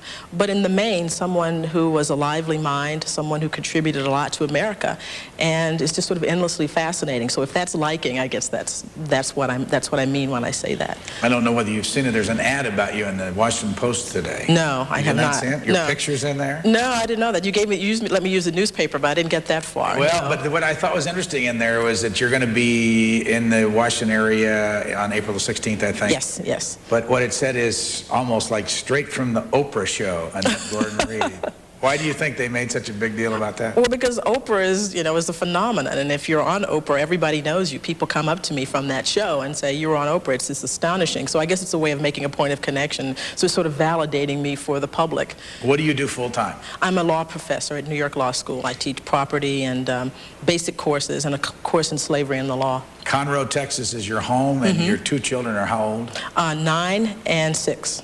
Let's go to the phones. Great Falls, Virginia. Welcome to Monticello. Thank you. This is Jennifer Sands. I'm a 1984 graduate of Virginia Commonwealth University, and I was privileged to take several history courses, Virginia and American, with Dr. Jordan. And VCU is very sad to lose him. I know he was the most gifted and enlightened professor we ever had.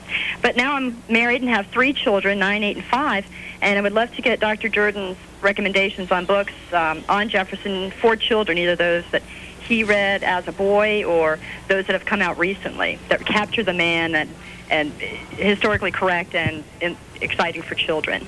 Thanks. Dr. Jordan is no longer with us, but I can transfer that question to Annette Gordon-Reed. From your experience, what are the better books? Certainly Duma Malone's 6-volume biography of Jefferson, Jefferson and His Time, The Jefferson Image in the American Mind by Merrill Peterson. One of my personal favorites is a book by a man named Jack McLaughlin, Jefferson and Monticello, and it's about the building of Monticello. And he sort of blends in talk about slavery, but also about the other aspects of Jefferson's life. But certainly anything by Malone and Peterson would be wonderful places to start in writing about Jefferson or reading about Jefferson. San Francisco, you're on with Annette Gordon-Reed. Go ahead, please. Yes, I'm curious about actually about the ongoing restoration of Monticello. I visited there many years ago and many times since.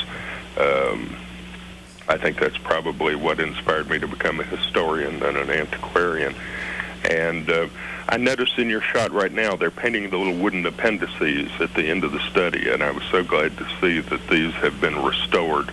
I'm also curious to know whether I had understood years ago that the floor in the entrance hall at Monticello had once been painted a grass green, and I'm wondering if there's any likelihood of repainting it in that color. Thanks for the call. I'm not sure that Annette Gordon-Reed's an expert on the restoration here. Have you It's talked still much pretty about it? green now, as I look at it. No, I'm taking it that that's the color that it always was, and it is a green. It's not exactly grass green, but it is green. What's the most time you've spent here looking at the grounds, and what did you learn about the slave quarters when you did see them? Oh, I've spent the entire, I've been here numerous times, but the longest time in any one session would be one day. I spent a day walking around, finding about where people lived, the kinds of jobs they had, and noting that most of the people who were up here on the mountain were members of the Hemmings family.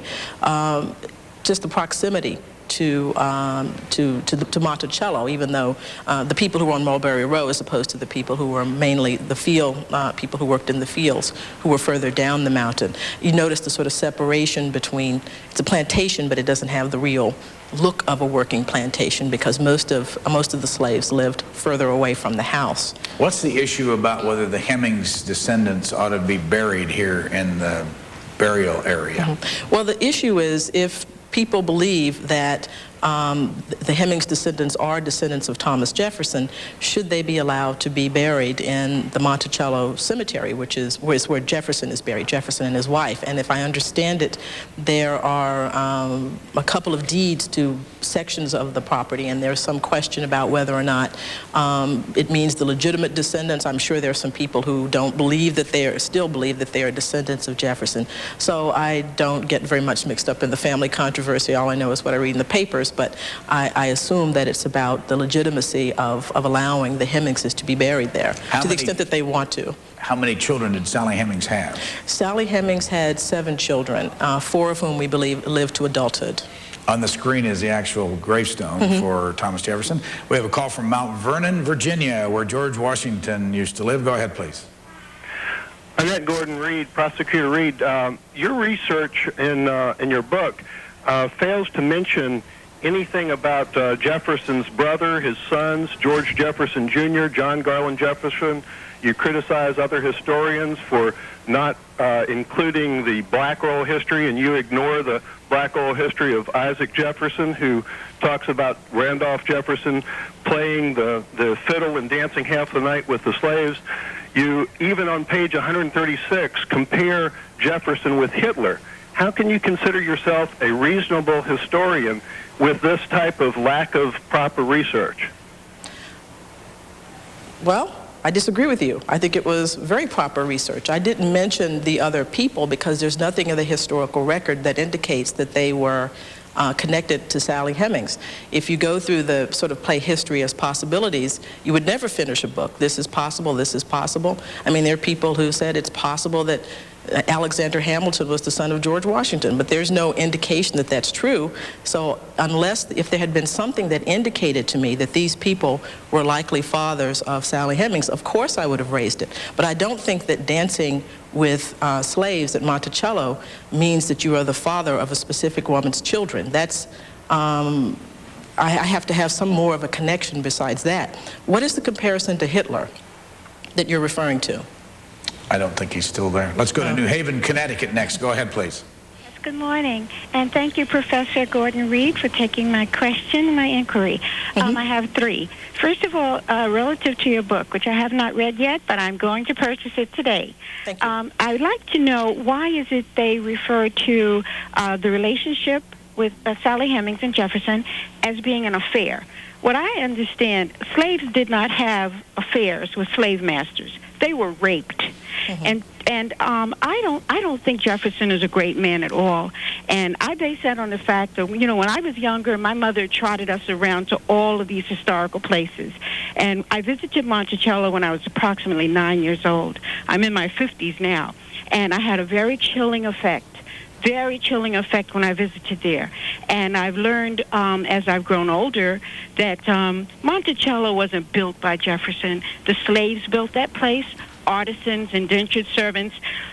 Jefferson did nothing there. A man is not great. And also another thing, I learned from C-SPAN that there were men, white privileged men, presidents who did not own slaves in Jefferson's time, one being John Adams. So Jefferson, to me, was a horrible person. And I wish that these new interpretive historians would you put the taboos on the table and tell things as they are. But please. Thanks, caller. Thanks. Was Jefferson a horrible person in your mind? I don't think Jefferson was a horrible person in my mind. I think he was a flawed person. As she mentioned, there were people who were not slave owners at the time. John Adams was a New Englander. Slavery was not endemic to the culture of New England. It was a part of the culture of New England, but Jefferson was born a slaveholder and did not have the inclination, and you could say strength or whatever, to walk away from the system. He knew the system was wrong. He wrote some of the most stinging indictments of the institution of slavery. But I understand her perspective. I mean, I have mixed feelings when I come to Monticello. I know I can marvel at the architecture. I understand the greatness of the words that Jefferson wrote, and I understand how blacks have used those words to sort of leverage their place in American society. But you can't forget that it was a plantation, and I think the caller's sentiments are completely understandable. We have a different view. We come to a different conclusion about it, but there's no way to, I think, to whitewash or to minimize the importance of slavery as a part of Jefferson's life. He understood it as a moral dilemma, and he understood it as a moral failure. So it is somewhat interesting to me that people today would suggest that it's something that we should not talk about when it was something that concerned him very much. Flora, Illinois, you're next. Hello, Brian. Hi.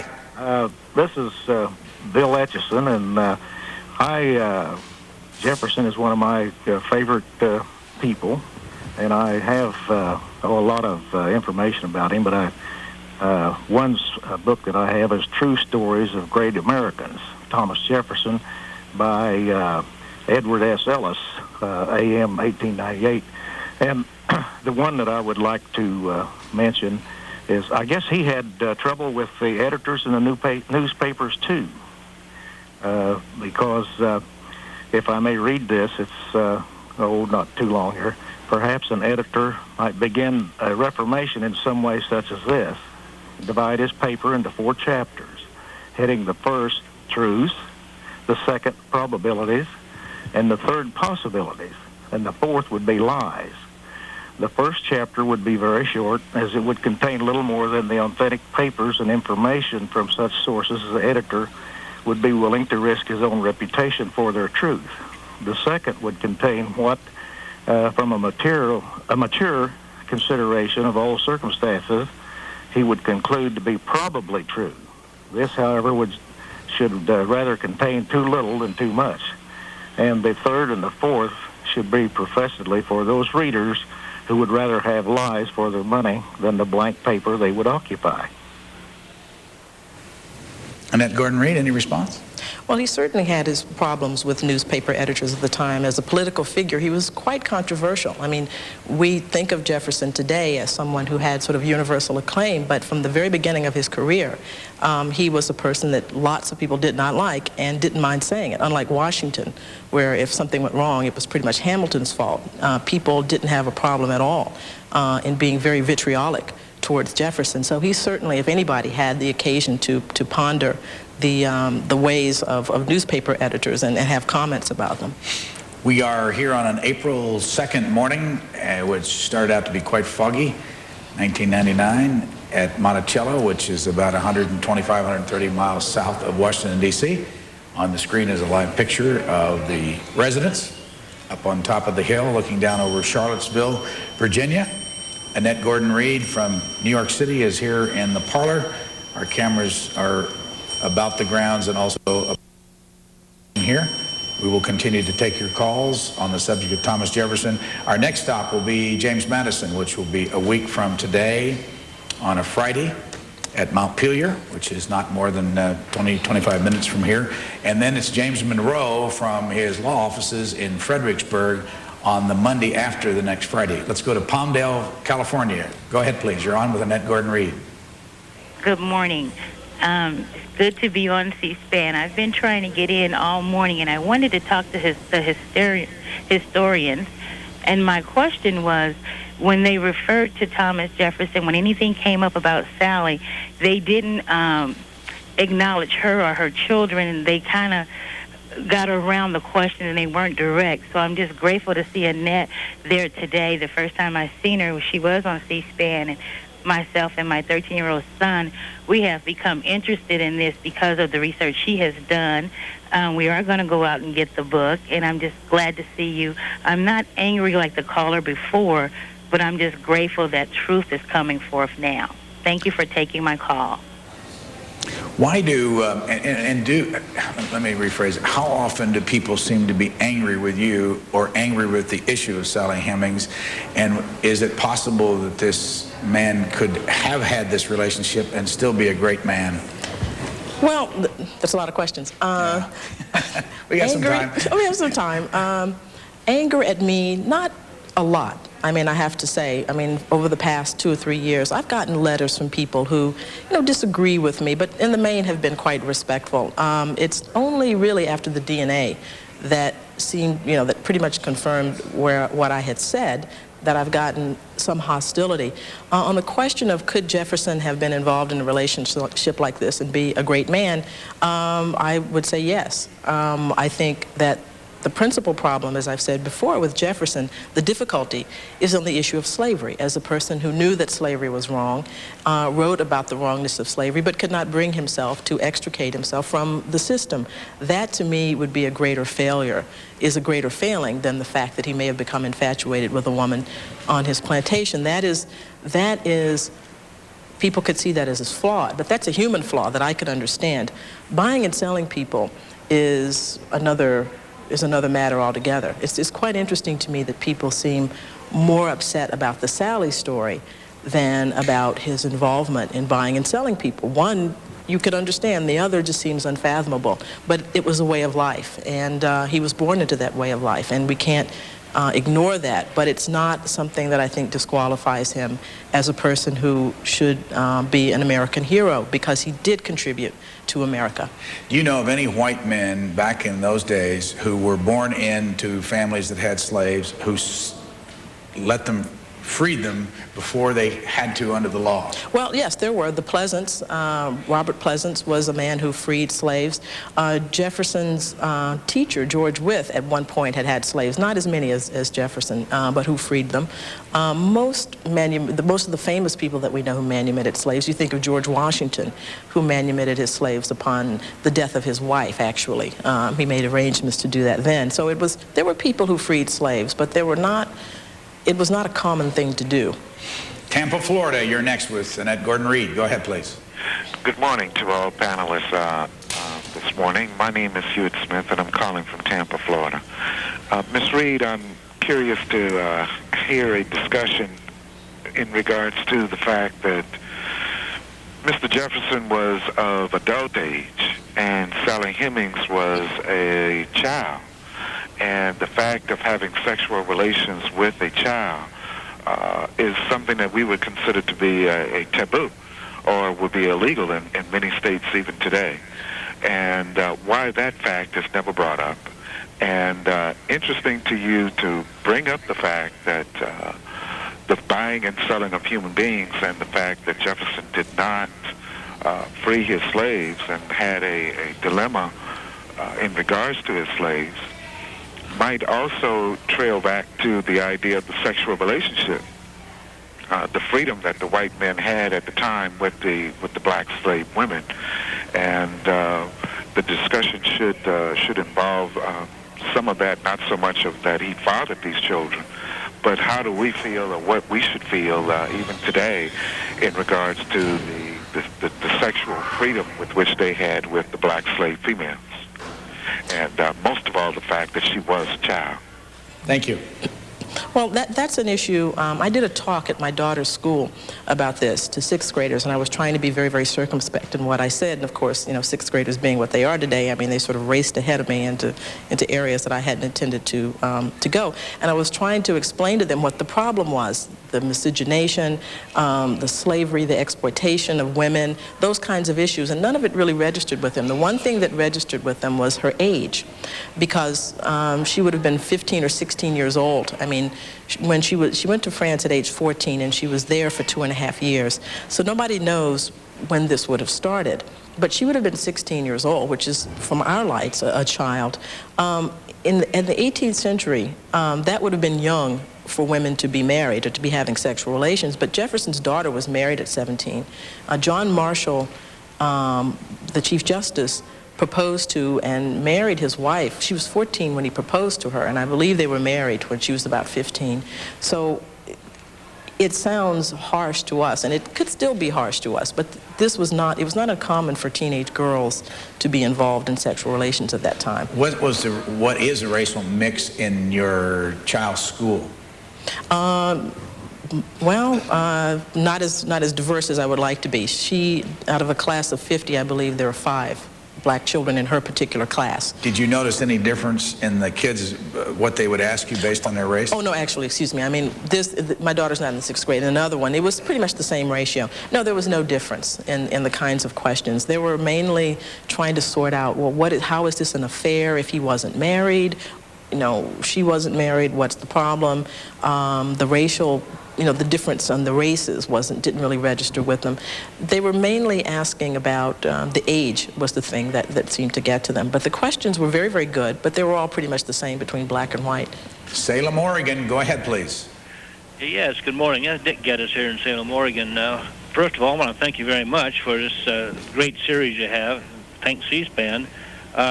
You guys mentioned a couple of authors, Malone and Peterson. I have a book by Fawn Brodie, written back in the 70s, An Intimate History of Thomas Jefferson. And I want to know how authentic that is. Well, actually, I should have mentioned Fawn Brodie's biography of Jefferson, because I think that it is quite underrated, given, you know, the turn of events over the past year. She was the first historian to write of the Hemings story as if it were true, and it caused a firestorm of controversy. I think there are points where she sort of goes off into sort of Freudian psychology that's a little bit off the mark. But just in general, I think in terms of pointing out some things about his character, about life at Monticello, I think it's a good biography. Have you thought about doing any other research or any other books on any other white male leaders in those days that might have had relationships with black slaves? No. No. You said that quickly. No. I mean, it isn't. I mean, Jefferson and Monticello and slavery at Monticello has always been a particular interest to me. I'm not really, I mean, interested in, you know, sort of establishing a genre of slave owners, you know, famous founding fathers and their children. It's primarily Jefferson and Monticello that has interested me, so no, I have no interest in that. Fort Dodge, Iowa, on with Annette Gordon-Reed. Go ahead, please. Yes, I'm calling just to respond, first of all, to a comment made by a viewer a little earlier. Personally, I want to thank C-SPAN for doing this series on the presidents. It's just great. And the first 3 presidents so far are the ones that I hold in greatest high respect. If it hadn't been for them, we probably wouldn't be here today. But a caller earlier had said that Thomas Jefferson wasn't a great man for a whole list of reasons she issued. And the man that wrote the Declaration of Independence and was just at a high level with George Washington in writing these great documents and his work with the University of Virginia, I don't know how you can say he wasn't a great man. his issues with Sally Hemings are not entirely discovered yet on how, if this issue is true. It's in great conflict amongst historians, and DNA evidence is not a 100% thing yet. It's not accepted in many courts in our country, and I don't think we should explore that issue. It's very much in prevalence with the issue with our current president, but I think that we should keep in mind that this man was a great man, a great writer, and a great thinker, and we need to make sure that we remember leaders like that. Thank you. Thanks. Well, you know, I agree with the caller to an extent. I think that Jefferson was a great man. I don't think that the construction of the Hemings story makes him not a great man. To say, I mean, and this is sort of a theme that runs throughout a lot of the callers or that I've read, that somehow by talking about this, or by even accepting it as truth, that somehow Jefferson ceases to be great. And it's not an either-or proposition. If it's true, then he wasn't a great man. If it's not true, then, you know, then we have to defend against this at all costs. I don't think, as I said before, it's the issue of, to the extent that anyone wants to criticize, it's the issue of slavery itself. And Jefferson as a slave owner, that's the problem, not this specific thing, at least to me. We're going to learn more about the Descendants organization, the descendants of Thomas Jefferson, in a moment. First, Los Angeles. Go ahead, please. Yes, hi. My name is Carl McGill from Los Angeles, and I found through research that my family came from the Hewitt Plantation in Southern Virginia. How will this situation in Monticello affect the whole plantation issue with research? And is it possible that one of the issues dealing with slave children is that some pass for white? Was there an inheritance issue at hand for land? Also, to add to another caller, that I think that Jefferson Davis and Robert Lee freed their slaves. So, your answer, please, on those issues, if I was clear? Thanks. Yeah. In terms of affecting other people's research into slavery, I think this, to my mind, is not a great revelation about slavery. We knew that slave owners had relations with slave women, but I think that this is a great vehicle for people talking about things. I have no doubt that it's going to spark a lot of interest in other plantations, and not just in terms of sex, but in terms of the social life of slavery. We know it's not just a system about people working and not getting paid, or it's a social life. How did people live? What did they do? And I have no doubt that this is going to spark a lot of interest in that. It's not sort of a takeoff from this one narrow thing to thinking about slavery as a whole. At least maybe it's wishful thinking on my part. That's what I hope happens. How far have you gone back in your own life to find out where your folks came from originally? You know, it's strange. I know more about the Hemingses and the Randolphs than I know about my own family. I've been talking to my father recently about that. I can go back a few greats, but all of my family is pretty much from East Texas.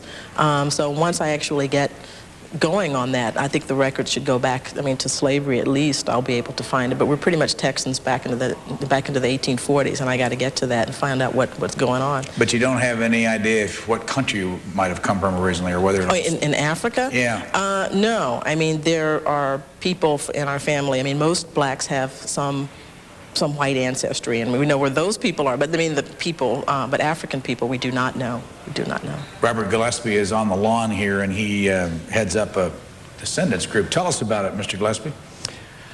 Well, I'm currently president of the Monticello Association.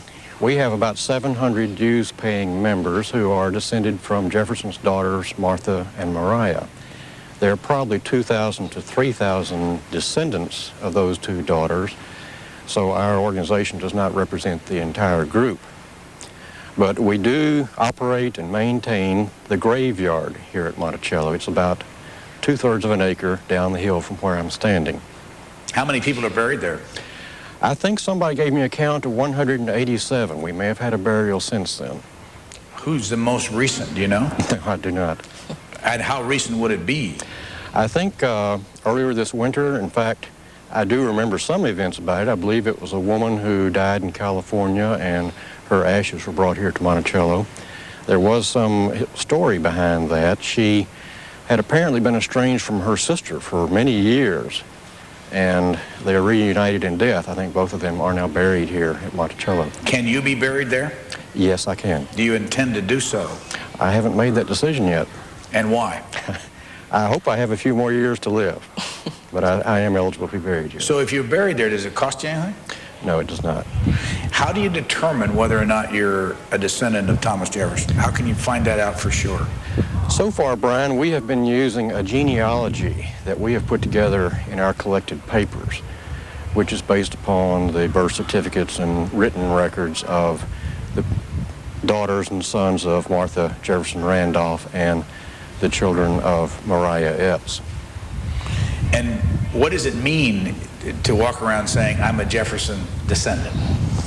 Well, I don't like to brag about that. I don't think he would appreciate that. But it does give me a certain pride being here on the mountain. I'm proud of the Declaration of Independence and the 4th of July. I'm also proud of Jefferson's separation of church and state and his ideas that got built into our First Amendment in the Bill of Rights. Now, when is the decision going to be made on the Hemmings family in the graveyard? It's still to be made. We have a number of concerns that we are looking at. One of them, I alluded to the fact that we have been proceeding on a written genealogy as to who is currently considered a descendant of Thomas Jefferson. Another legal aspect that concerns us is the half-acre of land that we acquired in 1923 has a condition placed upon it that is for burial of descendants of Thomas Jefferson only. In 1923, we did not have any DNA evidence, and at that time, I don't think that the offspring from an out-of-wedlock affair would have been considered descendants. And we're researching legal aspects of that. So when will the decision be made? Gosh, who knows, perhaps in a year. I think at our annual meeting in May, we will probably debate the issues. Another thing that concerns us is so far the only DNA evidence that's available is for Eston Hemmings. It indicates that he does have a Y chromosome that is indicative of the male Jeffersons. Historians have indicated that perhaps Thomas Jefferson had better access to Sally at the time that she was conceiving children. But Sally had other children that we're concerned about, Harriet, Beverly, and Madison. And it's possible that in the future DNA testing will become more explicit or will give us ability to check something out and confirm evidence on the other 3 children. What would it mean to you if the Hemmings group were allowed to be buried there in the cemetery, and what would you think of Thomas Jefferson if it were absolutely confirmed and everybody agreed that he did have children by Sally Hemmings? Well, I think in a sense I agree with what I heard Annette saying earlier. Once you come to grips with the fact that Thomas Jefferson owned slaves, it's not really a problem to think that he may have fallen in love with one of them. Now, he was widowed in 1782, so he was a relatively young widower. Also, Sally was his sister-in-law. She was the daughter of John Wales, just as his wife, Martha, was. So, at the very minimum, we know that the Hemmings family, or the descendants from Sally Hemmings, if they were not Jefferson's children, they were his nieces and nephews. A couple more questions and we'll let you go. Do you carry a card that says you're a member of the Descendants group? No, I do not. I do have a couple of books I could refer you to, but I'm not a card carrying. I am a 5th great grandson. Does it cost you any money to belong? Yes, we have dues that have to pay every year, and that may be why we only have 700 members in the association instead of the full 2,000 or 3,000. What's it cost? Oh, I think it's only about $10 per year for a regular adult member. And if I had to walk from where I'm sitting up on top of the hill or either walk from where you are out in front of the house to the grave, how far is that away? Well, it's about a quarter of a mile down the hill. And who pays for that? And how much does it cost a year to actually maintain the grave sites? It's not that expensive. Our dues do some of the maintenance. Our big expense right now is the iron fence that surrounds the graveyard, and we're in the process of reconditioning it.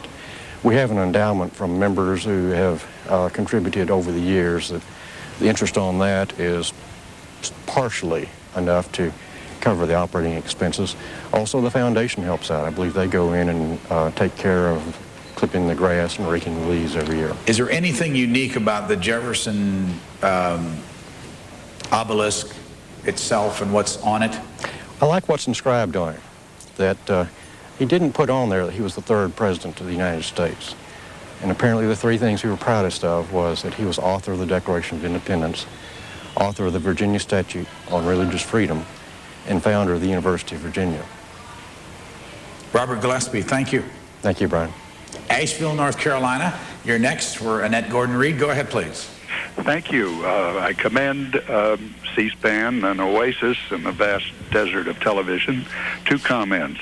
One, I would suggest you might want to consider adding to Jefferson's biography the period 76 to 79, when he rewrote some 120 laws for the state of Virginia, including the statute for religious freedom.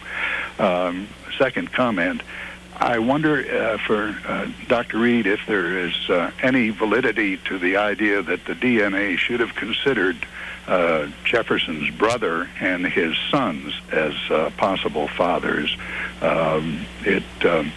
It seems quite unusual that Jefferson would come home in 1808 to father a child when he was 65, suffering from migraine headaches, and in the midst of a terrible embargo policy, and should still become a father. Thank you.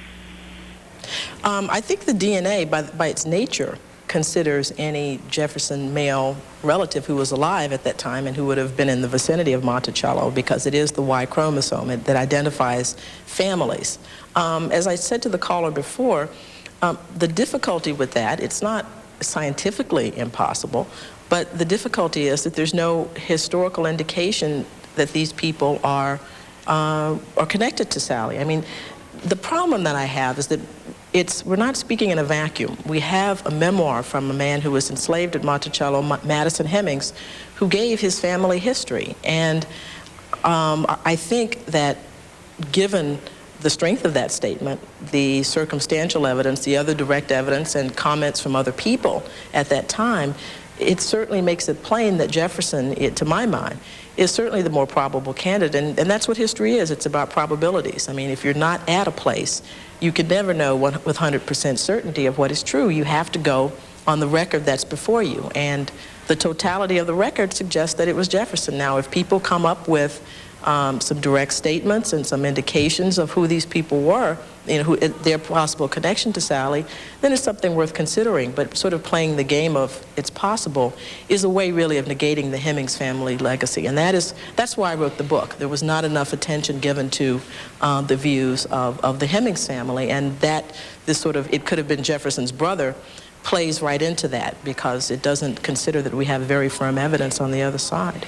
Annette Gordon-Reed's book is Thomas Jefferson and Sally Hemings, An American Controversy. It's available in paperback, and I think in some places the hardback is still there. Mm-hmm. Our co-chairs of our series on American presidents, Mark Farkas and Marty Dominguez.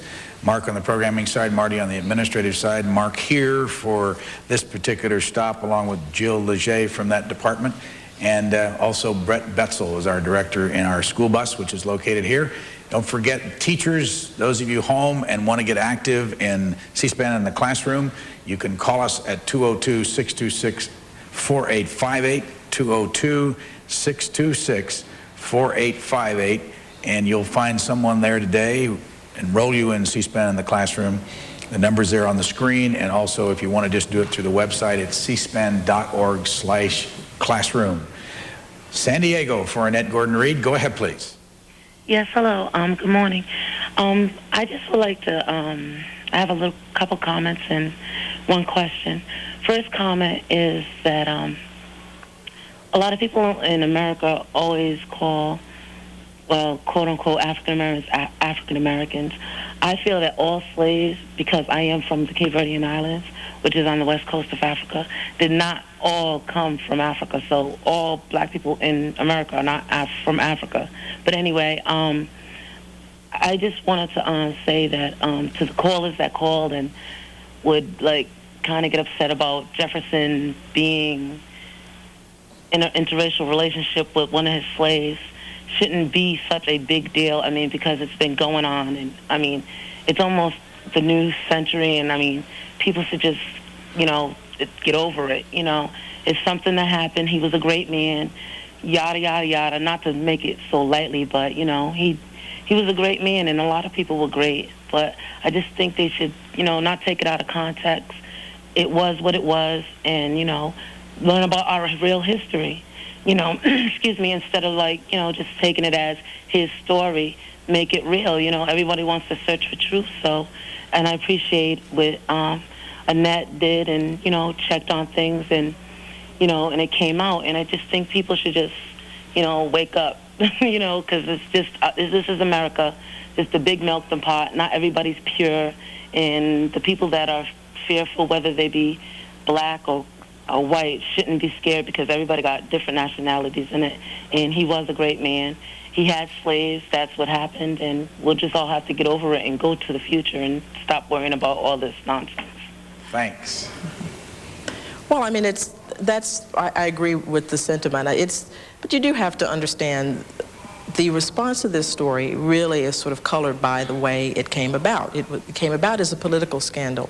And I was thinking about this some months ago, about what it must have been like writing biographies of Jefferson in the 20th century, when it was against the law for black people and white people to marry in Virginia. I mean, this didn't end until 1966 in Loving v. versus Virginia. So in a sense, this notion that you're accusing Jefferson of a crime, and it was a crime, would, according to the law, would, I think, weigh heavily with people. And it's sort of hard for people to get beyond that. But as she said, we're almost in a new millennium, and it's a possible way now to sit back and look at, reassess and see what this really means, as opposed to what people told us it meant back in the days when this was considered, criminal activity. If you've just tuned in, we're at the third of 41 stops as we cover American presidents throughout the rest of the year.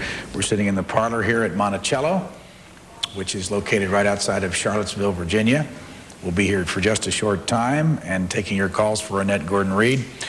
And we go next to Leavenworth, Kansas. Go ahead, please. Yes. This last fall, when the controversial magazine article came out, my husband had been in contact with the Jefferson family genealogical expert. He notified my husband right before the article came out, that the article was going to be coming out, and that he was very upset the fact that the writers of the article had contacted him to find the descendants of Jefferson. But when he told him of the intricate relationships of Jefferson and Jefferson's brother and his son, I believe his name is Randolph, the magazine article writers ignored that and didn't bring it up and didn't mention it as a possibility. And this man is, and I wish I knew his name, says that the Y chromosome could very possibly come through Jefferson's brother and his son, Randolph, who spent time at Monticello, and who was an age that would have been much more attractive to Sally than a 65-year-old man who was not in the greatest shape. I'll get off and hear your response. Well, I would make the same response that I made before. It's scientifically possible, but for historians, you need something besides just the scientific possibility. There has to be some link, other than the fact that you really mean Jefferson's brother Randolph, the fact that he was alive and that he danced with black people at Monticello as making him the father of a woman's children. We have very specific information about Jefferson. We had one of his dearest friends wrote about this in his private diary. When somebody has the sort of wealth of information about Randolph or about George or about Isham, these are the other people that have been mentioned, then there's something to talk about. But this is really, I think the people who are doing this are really don't really think that they have the evidence. It's really to keep people from coming to closure on the matter. And if you have somebody lurking out there in the shadows who's a possible father, then you can say, well, we'll never know. But this doesn't do justice, I believe, to the Hemings family, and who have sort of cleared every hurdle that's been put in front of them to keep saying, well, what about this person, until we go through every genealogy of every Jefferson who ever lived. It's just, it isn't reasonable. Dan Jordan told us, the man who runs this place, that 550,000 people come here every year, or at least in the last year. Do you have friends, African-American friends, who come here, or, I mean, you can see the pictures today of the visitors, and there aren't, I don't know that I've seen any African Americans out there. Have any of your friends come? And you? None of my friends have come, and they sort of look askance when I think of that. Well, they know that I'm working in this area, so they understand why I come. I've been here a number of times, and there have been blacks. But you're right, they're not, it's not a, it isn't something that I think people apparently don't feel excited about coming to. You would have mixed feelings about coming to a plantation. It's a hard thing. I mean, my view has been that, or is, that it's like visiting a sick relative in the hospital. You know, people who, you know you have to go see them, and you know they're counting on your seeing them, and it's important to them. I feel that wherever black people were in slavery, black people should go and know what the place was like, to try. People at Monticello have been very receptive to comments about the presentation of the lives of slaves here, and I think it's a duty for people to come.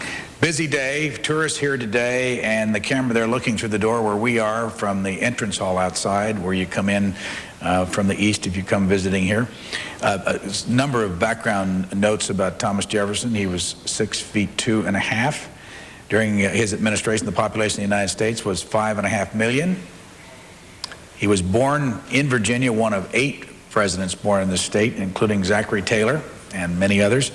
He was one of 3 who attended the College of William and Mary, along with John Tyler and James Monroe. He was 57 when he took office, the same age as George Washington, James Madison, and John Quincy Adams. By the way, the John Quincy Adams program will be done on a Sunday at 9 a.m. In the morning from the Massachusetts Historical Association. He was one of 24 lawyers who were presidents. He was one of 6 presidents to have served as Secretary of State, along with the others, John Quincy Adams, James Buchanan, James Madison, James Monroe, and Martin Van Buren. He was one of 4 presidents defeated before becoming president, along with William Henry Harrison, Andrew Jackson, and Richard Nixon, who all ran for president before they won. And he was the first president elected by the House of Representatives. Battle Creek, Michigan, for Annette Gordon-Reed. Go ahead, please. Good morning, and thank you for C-SPAN. Welcome. I was listening to this president's series that you've had on, and I want to thank you for having Dr. Reed on. She is so knowledgeable on everything to do with Jefferson, and she spoke about the 16-year-old age of this woman that had the child, supposedly, of Jefferson. And I wanted to say that as far as I could decipher in studying our genealogy and other people in that era, that 16 was an average age to be married. You were considered an old maid if you weren't married by then, and nobody wanted you. And my ancestors, my great-grandmother and great-great and on through, well, they were all married about that age, some at 14. And the slavery in that time, they couldn't marry their slaves, and it was illegal if they did try to. And if he did fall in love with a slave, where there were many beautiful of white people, black people, and there was no reason that he shouldn't fall in love with one, that being he couldn't marry her, I don't think it was a crime. This type of thing, and a lot of slave owners just thought, you know, there was nothing to this. But as you said, he even had nieces and nephews, because evidently his father-in-law did the same type of thing. But I don't think they could release their slaves. You had a gentleman on speaking about slavery to do with presidents, and I don't know if it was Washington or someone, during his wife's lifetime couldn't release the slaves, but later on did. And was there some kind of law or that if you had slaves, it was your responsibility during their lifetime to provide for them, or you couldn't release them under certain circumstances? Thanks, Battle Creek. There were different laws at different times in Virginia. Jefferson, during most of the time that Hemings would have been here, Jefferson could have freed slaves, but there was a law that said that anybody who was freed had to leave Virginia within a year after their emancipation. On the point about the 16-year-old, back to the age, I mean, if you think about the fact that a number of women died in childbirth there are health issues involving women at this time. And so some people think that that accounts for the reasons that there were, the age of consent or the age of marriage was much lower at that time than what we think of. I mean, we sort of prolong childhood now, people in their 30s, but certainly that age group would not have been unheard of for people to be involved with one another. Annette Gordon-Reed has a history degree from Dartmouth, 1981, a Harvard Law degree in 1984, and teaches now at New York University. New York Law School. New York Law School. Is that connected with New York University? No, Oh, it New is? York Law School. No, it's a separate private law school. Not connected in any way? Who owns it? No, well, they own themselves. They used to be a part of Columbia, and they had a fight back in the 1890s about the way of teaching law school, and they decided to go their separate ways. So we're downtown and they're uptown. Where are you physically in New York City? Battery Park City. Anytime you see a picture of the World Trade Center, you see my apartment building right there. They always take it from New Jersey, and we're right there on the water. So I'm all the way downtown in the old part of New York. Are you teaching this semester? Yes, I am. How many students? Between my two classes, I have 150. Houston, Texas, you're next for Annette Gordon-Reed. Thank you for your American Presidents program. I certainly enjoy it. Thank you. My question for Dr. Gordon-Reed. Dr. Reed, Jefferson's habits with women, it seems that the only evidence is about Miss Hemings as far as an out-of-marriage relationship, as far as I know, but perhaps you could enlighten me. Is his relationship both with his wife and as well as with Miss Hemings fairly monogamous, or was he something of a womanizer? Could you enlighten me on that? I'll hang up and listen. Thank you for your answer. There's no indication that Jefferson was a womanizer. There was an incident that he admitted to where he sort of, I think, made a pass at a friend's wife when he was a young man. I think Andrew Burstein referred to before Maria Causeway, the sense that he may have had some flirtation with her when he was in Paris. She was married when he was in Paris. The dialogue of between my head and my heart is what he wrote to her, the famous letter he wrote to her. But other than that, there's no mention of Jefferson and other women. His wife and Sally Hemings, those are the only two any serious comments. So there's no sense at all that he was a womanizer. Hamilton had a reputation as a womanizer, Aaron Burr, but Jefferson was not, that was not his style apparently. St. Paul, St. Paul, Minnesota. Go ahead, please. Hello? Hi. Yes, I would first of all like to commend Dr. Gordon-Reed for an extraordinary book. I think I was especially impressed with her legal training used in an analysis of history. And I think it's a book that all of your readers, all of your listeners should really read, because I'm hearing people who are skeptics who do not wish to really hear another side of history, the history of slaves in America. And I strongly suggest that listeners read this book. It's an excellent book, and I think a lot of listeners are failing to hear one of the comments Dr. Reed constantly makes, that she wanted to present the Hemings story. And I think people have to understand that that is the part of the history that we need to be aware of. And I see this text and many other books as examples of the genre of slave stories about American history that we are just beginning to hear and to read about. Thank you so much for an excellent book. Thank you very much. When Thomas Jefferson lived here, and by the way, how many years did he live here? Well, he lived here from the time you can make me do arithmetic and on television. Oh, just a rough idea. He's 25 to 83. He began work here when he was 25, so that's sort of the lifespan of Monticello. And when he was sitting in a room like this, how many people would be within a stone's throw of him in this area? Well, certainly in his retirement, and any time he came back, there were lots of people who were here because he was very well known as a place that people came to for entertainment, and he sort of tried to escape from them to go to Poplar Forest sometimes, but there would always be lots of people around. But I mean, how many people worked in the slaves and all? Yeah, all around him. It's hard to say because we don't have an accurate sense of who was in the household and who was doing what, but they were mainly Hemings family people. There would have been a couple of dozen people around doing various things, artisans and people in the household. But he kept very good records about who was in what household, but we don't really know what the specific tasks of everybody was here. We know the butler, Burwell Colburn, was here, and John Hemmings, and but in terms of the household staff, it's really unclear. On any given day when he was in retirement, where would Sally Hemings be at a day like today? I don't have any idea. I mean, there's a sense that she may have lived outside on the South Portico.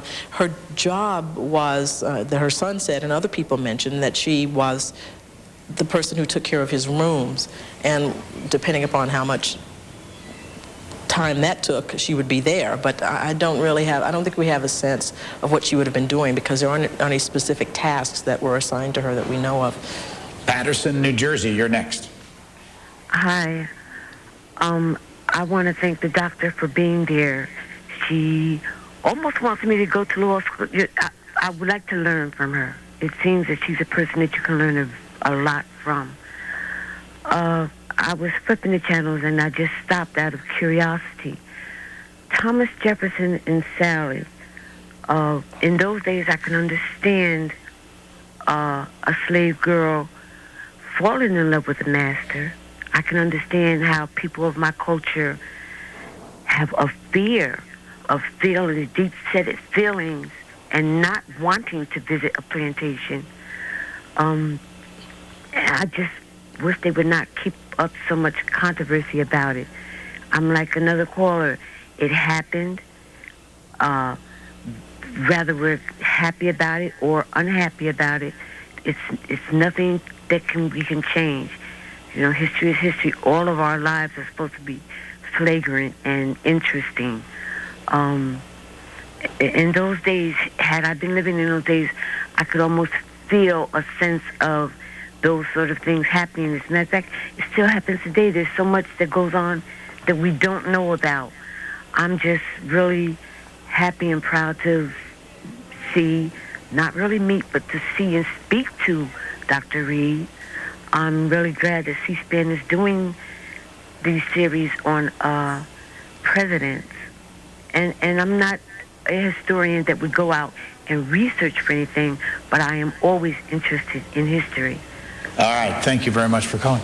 How have they treated you here at Monticello, and from your experience working with the Monticello folks, how open are they to all these controversies and dealing with these subjects? Oh, they've been very open about it, and when I was preparing my book, I spent a lot of time here. When I said that I was coming down here, people sort of expressed some apprehension, thinking that it was going to be really hostile, but it hasn't been. It's been the very opposite of that. I think people here, they're professional, and they're interested really in the life of Thomas Jefferson. So it's been very good and been very, very open. We have 8 minutes in this program to go. Santa Cruz, California. Annette Gordon-Reed, go ahead, please. Hello, Santa Cruz, are you there? Yeah, I'm there. I'd just like to put slavery into perspective with the day and the age. Whenever we get into the talk of slavery, we never look at it from a global perspective. Back in the 7th century, when the rise of Islam came, that's really when the African slave trades first started. Before the transatlantic slave trade, it was to Africa, from Africa to the Middle East, where it was the largest forced migration in the world. And America's not the first democracy to own slaves. Greece, Rome, also owned a large slave population, and it probably helped do them in later on in their histories. But I just wanted to put it into perspective, because whenever we talk about this, we talk about it as if slavery is something white folk invented. And I know it's a stain on America's past, and it's still a cause of a lot of racial tensions in this day and age. And I think we have a hard time dealing with it here in Santa Cruz, California, where I live, where it's very radical in the politics. It's very radical left. In fact, it's pretty infamous for it. But at any rate, I'd just like to know about how you feel about how maybe what global slavery was like around that time. There were Caucasian Christian slaves in the Ottoman Empire. There would undoubtedly be black and Arab Muslims who would have owned Christian slaves. I mean, the Albanians and the Croats and some of the people that we're at war with right now are indicative of that. Anyway, I'll hang up and see what you have to say. Oh, he's absolutely right. I teach a class called American Slavery and the Law, and one of the things that I'm trying to do now, and will over the years, sort of work up a comparative view of slavery. He's right. I mean, slavery was not invented on the American continent.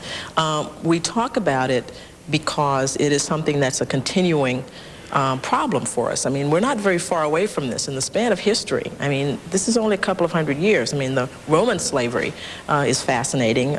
Slavery in Greek time is fascinating as well. But we're sort of the descendants of people who were slave owners and slaves. So it's alive for us in a way that ancient slavery is not. And so I think he's right to keep the perspective, and it's something that I want to do in my own scholarship, to try to bring that perspective to things that I want to write about and consider. But it's a particular moment to us because this is a part of our history. The founding of our nation made a compromise. The founders of our nation made a compromise with slavery, and that led to a civil war. I mean, these are big issues in the American consciousness, so they're not things I think that they're at the heart of a lot of dilemmas, and that's why we have to talk about them, even though we keep things in perspective, as he said. A week from today, our bus will be at Montpelier, which is about 25 minutes from here, and we'll do another 2.5-hour program on James Madison. And then a week from Monday, we will be at the law offices of James Monroe, which are located in Fredericksburg, Virginia, and our bus will be there also. We'll continue this discussion through 41 different men. You can see on the screen that the third one we mentioned earlier is in Boston, Massachusetts on Sunday, April the 18th at 9 o'clock in the morning, East Coast time. All of these are always repeated on Friday nights at 8 o'clock East Coast time for those of you who want to tape them and use them in your classroom, and they can be used in your classroom in perpetuity without any charge to you for copyright. Let's go to Washington, Missouri. You're next for Annette Gordon-Reed. Yes, thank you.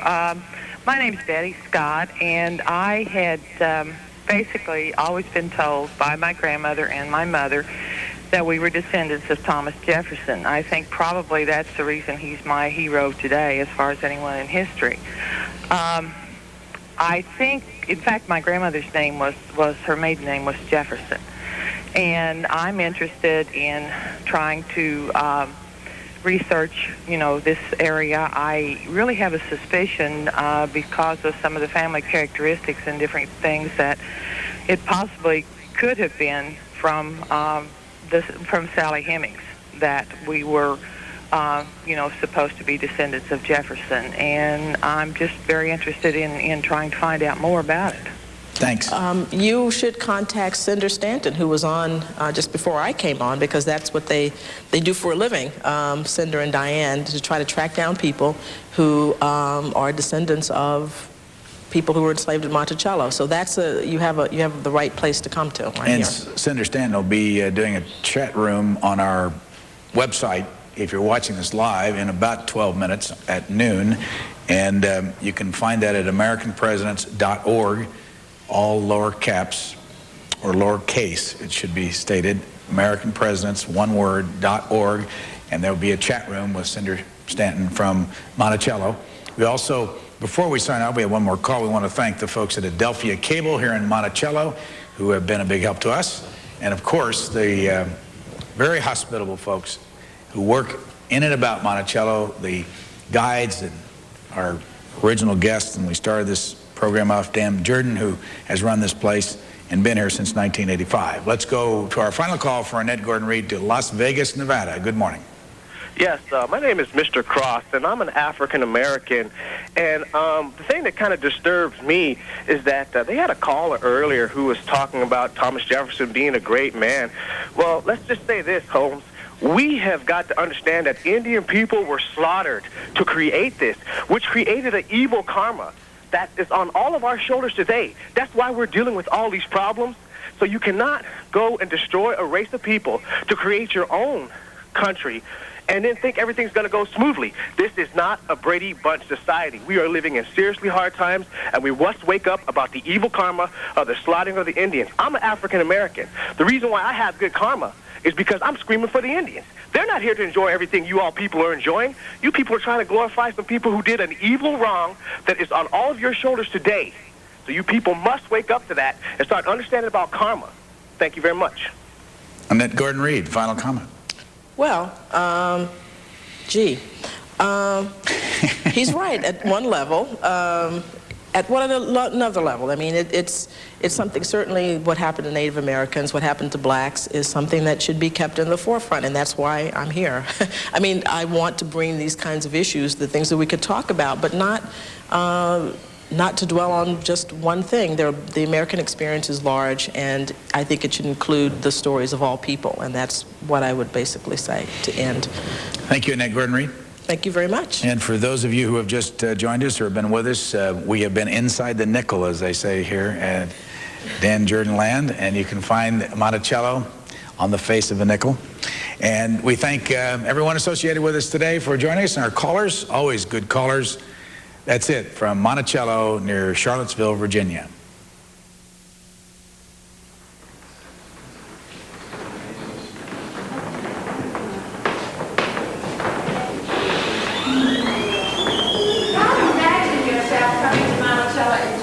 Lifetime.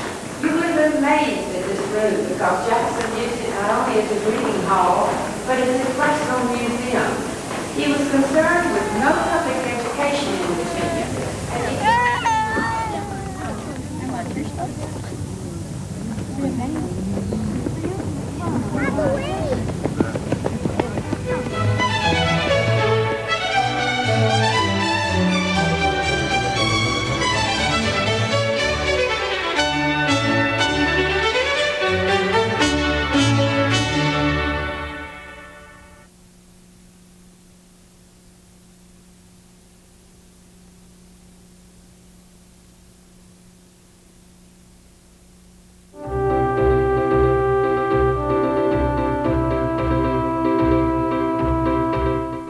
Coming up, more